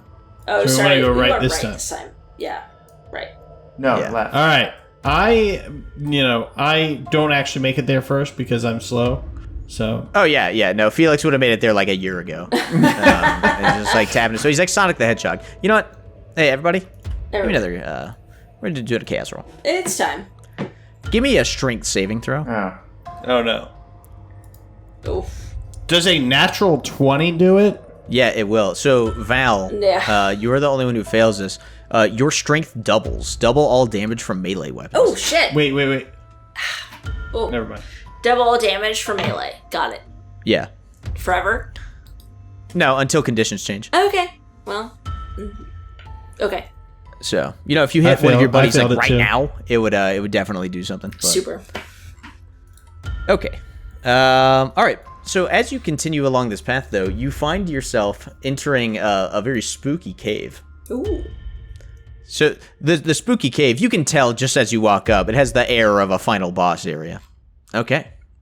You see this gaping maw of a cave that just swallows up all the light as whatever amount of light passes through the dark clouds of the chaos realm. Okay. Great. So what do you want to do? You guys ready to go into this cave? I'm ready. I'm ready. Let's do it. All right, go ahead in. Yeah, I feel like there's I'm gonna down a potion on my way in. That's fair. Oh, I'm gonna drink one of my vials. Yeah, me too. Okay, you're all guzzling down all your various potions and whatnot as you go into this cave, throwing all these bottles and polluting this fine cave. Yes. It's the least we can I want to dip my rapier in poison. Okay. Ooh. All right. Well, as you get deeper in the cave, you hear a roaring coming from the opposite end. Oh. So you know what? Everyone go ahead and roll me some initiative. All right. Battle is joined. That's fine. All right. Well, there's a big honking dragon-looking guy. Awesome. All the way. You can barely make his form out in the darkness. But what you can make out much more clearly is the horrible scream that he emits. I'm going to need everyone to make a... Hang on. Gotta roll a die here. Make a what? I haven't rolled it yet. Okay, I need everyone to make a DC 14 wisdom saving throw. Is this chaos related? Sure, yes. Then I automatically pass? Yes. Okay. I pass. I'm good. You all pass. Whew. Great, good stuff. Okay. This is it's super loud and it's a little scary, but whatever effect you think it was supposed to have, it just doesn't. Ooh, all right. Okay, and that is the Chaos Demon's turn. Now it's time for a Chaos roll. Everyone, give me. Oh, it's another Wisdom one, so Ronan doesn't have to make it. All set. Ooh, 12. You succeed. Unfortunately, this is one of the good ones. That's too bad. All right, Felix is up. Okay. I run towards the monster and stab it. Hang on, how far away are you? Doesn't matter. Yeah. You're actually just short of 100 feet, I think, from where you were standing. Can't see it. Is it this way? Yeah, so you make it about there with your movement because you had to dodge through some obstacles. Okay. Then I guess that I'll take the dodge action. All right, you've taken the dodge action. That ends my Ronan. turn. Ronan is going to move more diagonally to the east. That is and Ronan lays eyes on the bad boy. Yeah. So and let me describe what's going on here a little bit for the audience. So you've entered this cave and light pours in through these big gaping holes in the roof, but it doesn't do a ton to illuminate the whole space in a lot of places because there are these large, stalagmites and stalactites that connect that cause these big pillars to form in the middle of this cave system. But somewhere deep within the bowels of this, about 200-foot deep cave system, there sits this big, hulking dragon beast. It's got these hole-riddled, leathery wings. It's hard to even tell how many heads it has, or arms, or legs. Dragon is the first word that comes to mind, but it doesn't seem quite accurate whenever you catch a glimpse of this thing. But it's roaring and screaming and moving slowly towards you. Ronan is able to catch a glimpse between two of these pillars that have formed, and can see one of this thing's heads rolling around. Now go ahead. I'm gonna move up the rest of my movement, and I am going to, since I'm so far away, cast Eldritch Blast on whatever this thing is. Okay, and you're going to do it at -2 because it has half cover. Does 24 hit? It sure does. I'm going to hit it with both of my blasts as I scream Eldritch Blast and hit it for almost nothing, 11 damage. Okay. And then for my bonus action, I'm going to cast Hexblade's Curse. Ah. And I'm going to point at this dragon-looking type thing and say something along the lines of, I curse you, and curse this thing. Yeah. Which will give me very delicious bonuses for the next little bit. Yeah. It's good that you made your intentions known. Mm-hmm. Yes. Yeah. The very known. And it's honorable even. That sums it up for Ronan. Okay, great. Alrighty. Val Redwood. Okay, so if I move up right next to Ronan, then I can see sort of the edge of the guy oh, I can see him. Okay. Alright, so I am gonna try to throw a Scorching Ray at him. See what happens. Okay. He has half cover, so you'll roll with -2. Well, okay. 13. Yeah, that'll miss. Shoot. I'm gonna, sort of stand over behind the stallet. Might call it good. Uh-huh. Mm-hmm. Alrighty. Another sick turn from Val Redwood. Alright. The demon is up. And it sniffs and it smells, and it catches a whiff of Felix. And it starts clambering its way over to where he is. Sort of out of sight for you, the two of you, as it weaves around some of these pillars that separate you from it. But it's within striking range of Felix, the most deadly monk in the world. It is going to do some claw and bite attacks. It's going to start with a bite. That'll miss. It's going to do a claw attack. Ooh, that's a critical hit. But it rolls terribly for its damage. So it does 8 slashing damage against you. No problem. And then it will do one more claw attack and miss, I think. What's your AC? 18. Yeah, it misses. But you're scared beyond belief right now because a big dragon is attacking you. All right, that ends its turn. Time for the chaos roll. All right, I'm going to need a charisma saving throw. Oh, this is about time.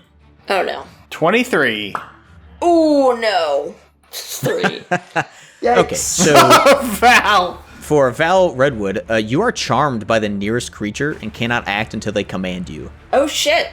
Okay. That's me. Uh-huh. Also, for Ronan, you don't know that. Oh, so you don't know that I'm charmed by you. Great. Right. Super. Okay. Okay. Alrighty. So on your on the next initiative count 20, you'll be able to try and resave about that. Well, actually, you won't, because conditions will change, and that will end the effect anyway. So if Ronan happens to randomly shout, "Hey, let's attack that thing," on his turn, then maybe you'll do something. But unless he chooses to do that, then you'll probably end up just doing nothing. Got it. Okay. Felix, I'm going to attack the dragon with my sword. go for it. Oh yeah, that hits for sure. Nice. And again. Okay. That also hits. And an unarmed strike. That'll miss. That Finally, some good concludes rolls. turn. Yeah. So your rapier definitely putting in some work on this thing. It seems like everywhere you stab this thing, it does more than just sink the blade into its skin. It seems like it pops a little, almost like a mini explosion. Like something about the blessing on your sword really, this thing does not like it for sure. Few creatures do. Few creatures do indeed. Ronan is up. I'm gonna roll I propose that I roll a luck check to see if I shout, "Let's go get this thing." Sure, why not? All right, so let's. Just roll any die, and if we'll do the same rule, odds are in your favor. Yeah. Let's do it. Ooh. 2? No. It doesn't occur to you. Like, listen, no. Val's pretty clever. She knows what's going on. You don't need to tell her to do anything. It's fine. Shit. I got it. She knows what's up. Uh-huh. So I'm gonna move. I'm gonna move about there. Okay, so you're moving in between the great pillars that are in the middle of this cave system. Yeah. I got. I'm moving right there. Okay, yeah, you can kind of see this thing from here. I can see him, but it's definitely not as good as I want. Nah. But I'd call that 3/4 cover. To mix it up and throw a witch bolt.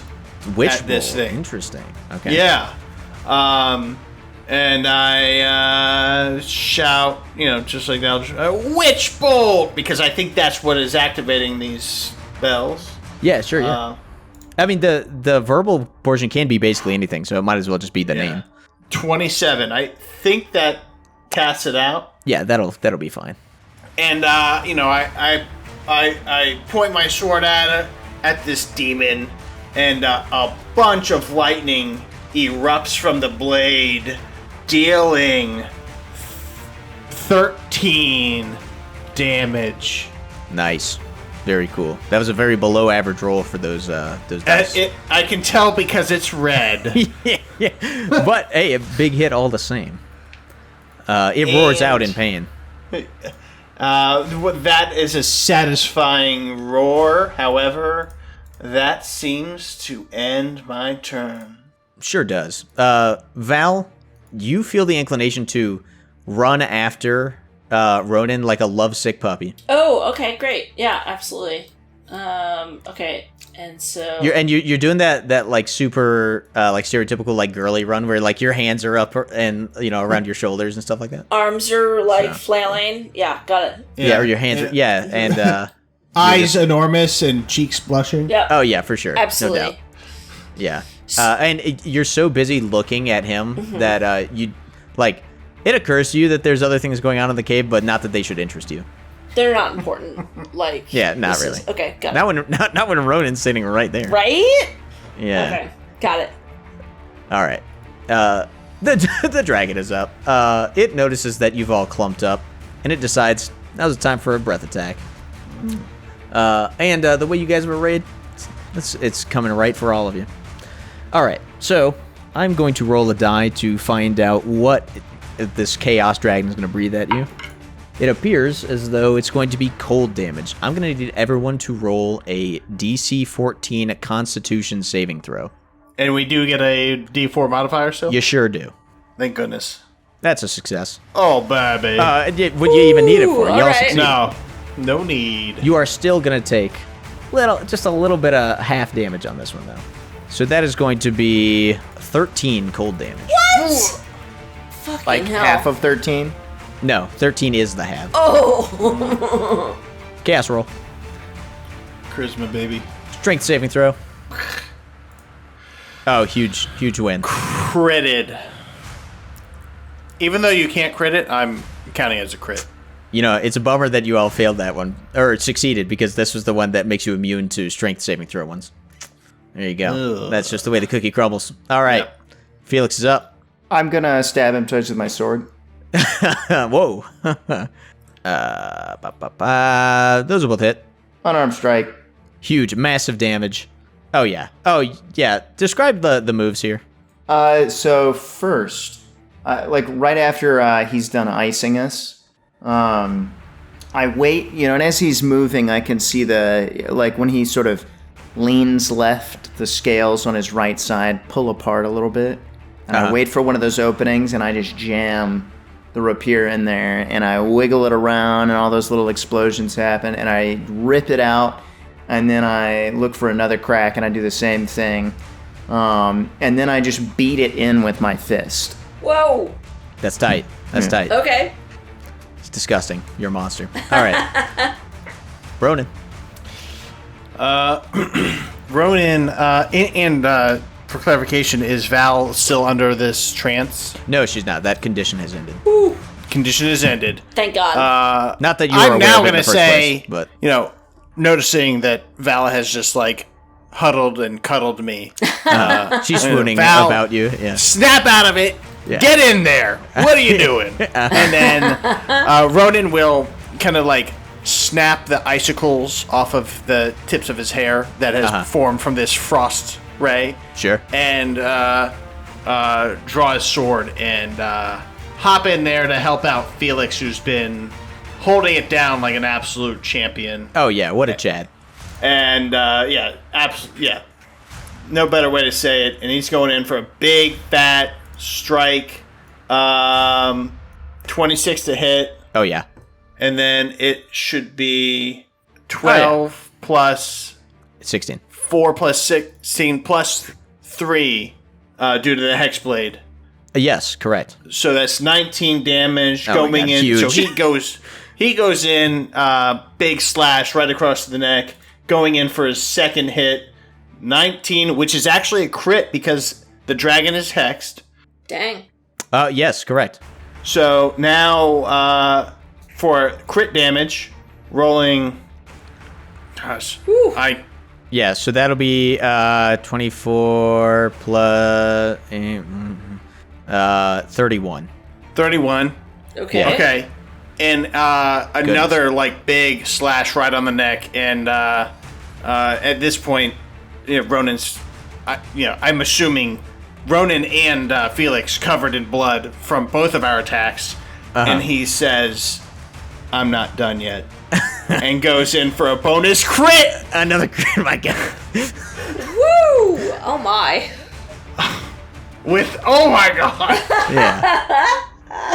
Okay, so that's 17, 30 more, 42, 45. What? 45 damage. Yeah. And Boy, good thing this thing is immune to all of your damage, or else this would be a real problem. I'm kidding. So that ends Ronan's turn, and Yeah, this dragon is more external than internal at this point. Wow. All right, yeah, massive, unreal amounts of damage. That was like 100 damage. So, Val, it's all up to you. Oh, Yeah, shit. Val, take it home. It's Val's turn. Oh, yikes. Okay, so I'm gonna come up to this dragon. And, Smart. Yeah, of course, why not? Let's hit it with a flaming spear. Okay. Oh, motherfucker, come on. Well, so that's a deck save. Yeah. Okay. Well, let's see what it can do. It fails. Whew. Okay, so it takes 10 fire damage. Do I Yeah, get that was the almost as extra big as Ronan's 1d4? turn. That's crazy. What's up? Do I get the extra 1d4?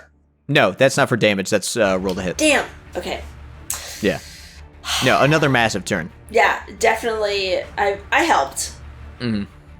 Okay, so at this point, the dragon like disappears and shrivels, and what you see in its place is a man.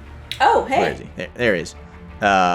Also bloodied and battered. He's like missing some fingers and most of his clothes are gone. And he's covered in blood and he's crying. Well, And he says, "Wait, stop, please, wait, stop." And he like gets on his knees and like prostrates himself before you. no. I stab him. Before you have a chance to react, chaos roll. Okay. Give me a Constitution saving throw. Okay, so Felix is the only one who fails, but this is the one that makes you immune to the Constitution ones. So good job. Okay. Okay, so he's prostrate and you go up and stab him. Is that what you're saying? Yeah. Okay, great. Hey, you don't need to roll the hit. He dies. Yes. He like looks up just in time. He's like, no, wait, and then your rapier just goes straight through his eye, and kills him. And when you killed Dima earlier, she like kind of turned to ash and faded away. He don't do that. He just kind of just lies there like a dead body should. Oh no, was she the demon? I mean, she was definitely a demon. No, but him, if he didn't go to Ash, okay, maybe she was the force behind him. Man, who knows? Well, whatever, he's dead. Does he have any identifying jewelry or anything like that? Yeah, he's got like a, what do you call it, a signet ring? Is Yeah, that what you call I'll cut that finger off that has the ring on it. it? You could have just slid it off. No, I that didn't would've know. been hard. I cut the finger off. Yeah. Okay. Val nods. I pocket I that. also not Good call. at the cutting. Yeah. Yeah. Okay. Anything else that we could take with us? Any other swag on this guy? Yeah. Doesn't seem like there is now. I mean, like all of his effects seem to be largely shredded. Then, Yeah. I think we're done here. Maybe a little late. I think maybe we just set him on fire real quick. All right. Just but in we case. need Your to, we flaming need to spear hurry is still back active, and let so him know yeah, that but- we're done. That's 'cause- fine. I'm just gonna take burning hands and I'm just gonna put my hands on him and set him on fire. Make sure he's truly properly dead. Okay. Yeah. Yeah. He's crispy. Great. Okay. He's looking like Uncle Owen and Aunt Beru right now. Perfect. All right. Now we can leave. Yeah, for sure. Okay. You make it back. There's a little chaos that batters you about here and there, but by and large, you make it back to the portal, no worse for wear. Okay. And you emerge from the painting on the other side, and tough to tell how much time has passed. It's still dark out, but as you emerge, I imagine somewhat quietly, you don't hear anything. Like you don't hear any other people in the house. Then I'm gonna I think we just walk out here and go straight back to the pottery shop. Do Concur. we notice any guards on the way out? Just the two dead ones. No, just walk straight out. I close the eyes of guardsman and place 2 coins on his eyes For the and ferryman, then that's walk nice. out. Yeah. The he's gonna back need door. those. Walking out the back door. The back door. Why? We walked in the front door. Let's just walk out the front door. Because I don't want to be seen by people coming out. Fine. Whatever. Yeah. Which I can tell who the more effective real world assassin would be. I can't talk about it. Yeah. Okay. Okay. Yeah. I mean, it's the middle of the night. Once after you're a couple streets away, you probably see a couple people walking around, drunkards in the middle of the night. Perhaps a lone guard patrol who gives you a little salute. He knows upstanding citizens when he sees them. Of course. That's right. I say to him, "Let me guess. Somebody stole your Someone sweet stole roll." your sweet roll. He starts crying. Your insight cripples him emotionally immediately. Okay. And you make it back to the pottery shop, safe and sound. Great. Easy day. Yeah, and you go in, presumably knock on the door. You see the half orc eyes that you saw before open the slat. We're here for 2 eyes. And he kind of shrugs and lets you back in. The orc or the half orc guy brings you back to the same kind of waiting area that you were in before. And nobody's in there, but a couple minutes later, yawning, Tommy Two Eyes shambles back into the room. Says, Oh, yeah. Do you have some good news for me? I would hope so if you're waking me up at this time of night. I throw the finger down on the table with the ring. That's disgusting. Why would you do that? It's very dramatic. I shrug Clean that up. silently. Clean that up. No, it's too. I see. It's too good. Say, pay up. That's right. he leans back in his seat and says, Don't get me wrong. I appreciate that you have accomplished the task I set for me, but that's not entitled you to any disrespect towards me. Does that make sense? This is not disrespect. I shrug and I put the finger back in my pocket. Say, so, Two Eyes, what's the real play here? Is it really real estate, or is there something we're never gonna know about? What do you mean? Was this really a real estate play? House is fine. Yeah? just Why House is good. do you suspect me of deceiving you? Yes. Yeah. I'm really failing to understand the disrespect here. Yeah, this is a lot of trouble to go through for a house. I told you, he is a demon, and he should not be in the leadership of this city. Did your findings tell you otherwise? No, I agree with you, but So what's the issue here? You come into my house, you dirty it up with your bloody fingers for some unknown reason, and then you accuse me of deceiving you? When all evidence points to me being an honest broker of information? I don't understand. Are What you? have I done to earn this disrespect? just pay up and give us what we want. It's fine. Yeah. All right.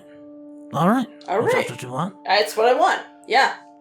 All right, and Shira, who's standing off to the side, comes over with a small like chest full of gold, and she like shoves it forcefully into one of whoever's closest to her, and then Tommy looks at you and says, "Get out of my house now." Okay. I say, well, let us know when you need anything else done. You know, I'll be sure regardless to. of the disrespect. Get out. Whatever. Ronan leaves. Yeah, I follow him. Val follows, but kind of just like smirks and is like, "What do you expect from assassins?" He just shakes his head. He's sad to see how far the youth have fallen. When we find a safe place to open the chest. Okay, I mean that's not terribly difficult. The Flapjack house. Yeah, Let's go Flapjack House. That's pretty safe. Yeah. yeah. I mean it's got the. I mean it would take you a long time to count it, but if you do, it has the correct amount of gold in it. Excellent. So Which is to say- 10,000 each. No, 7,500 each. 75,000 apiece. 7,500 each, which is crazy because earlier you cut out at the 7 and all I heard was 500. So this is quite the treat that I only did that for 500, but it was 7,500. So Okay, goody. and that's it. That completes the demon next door. All right.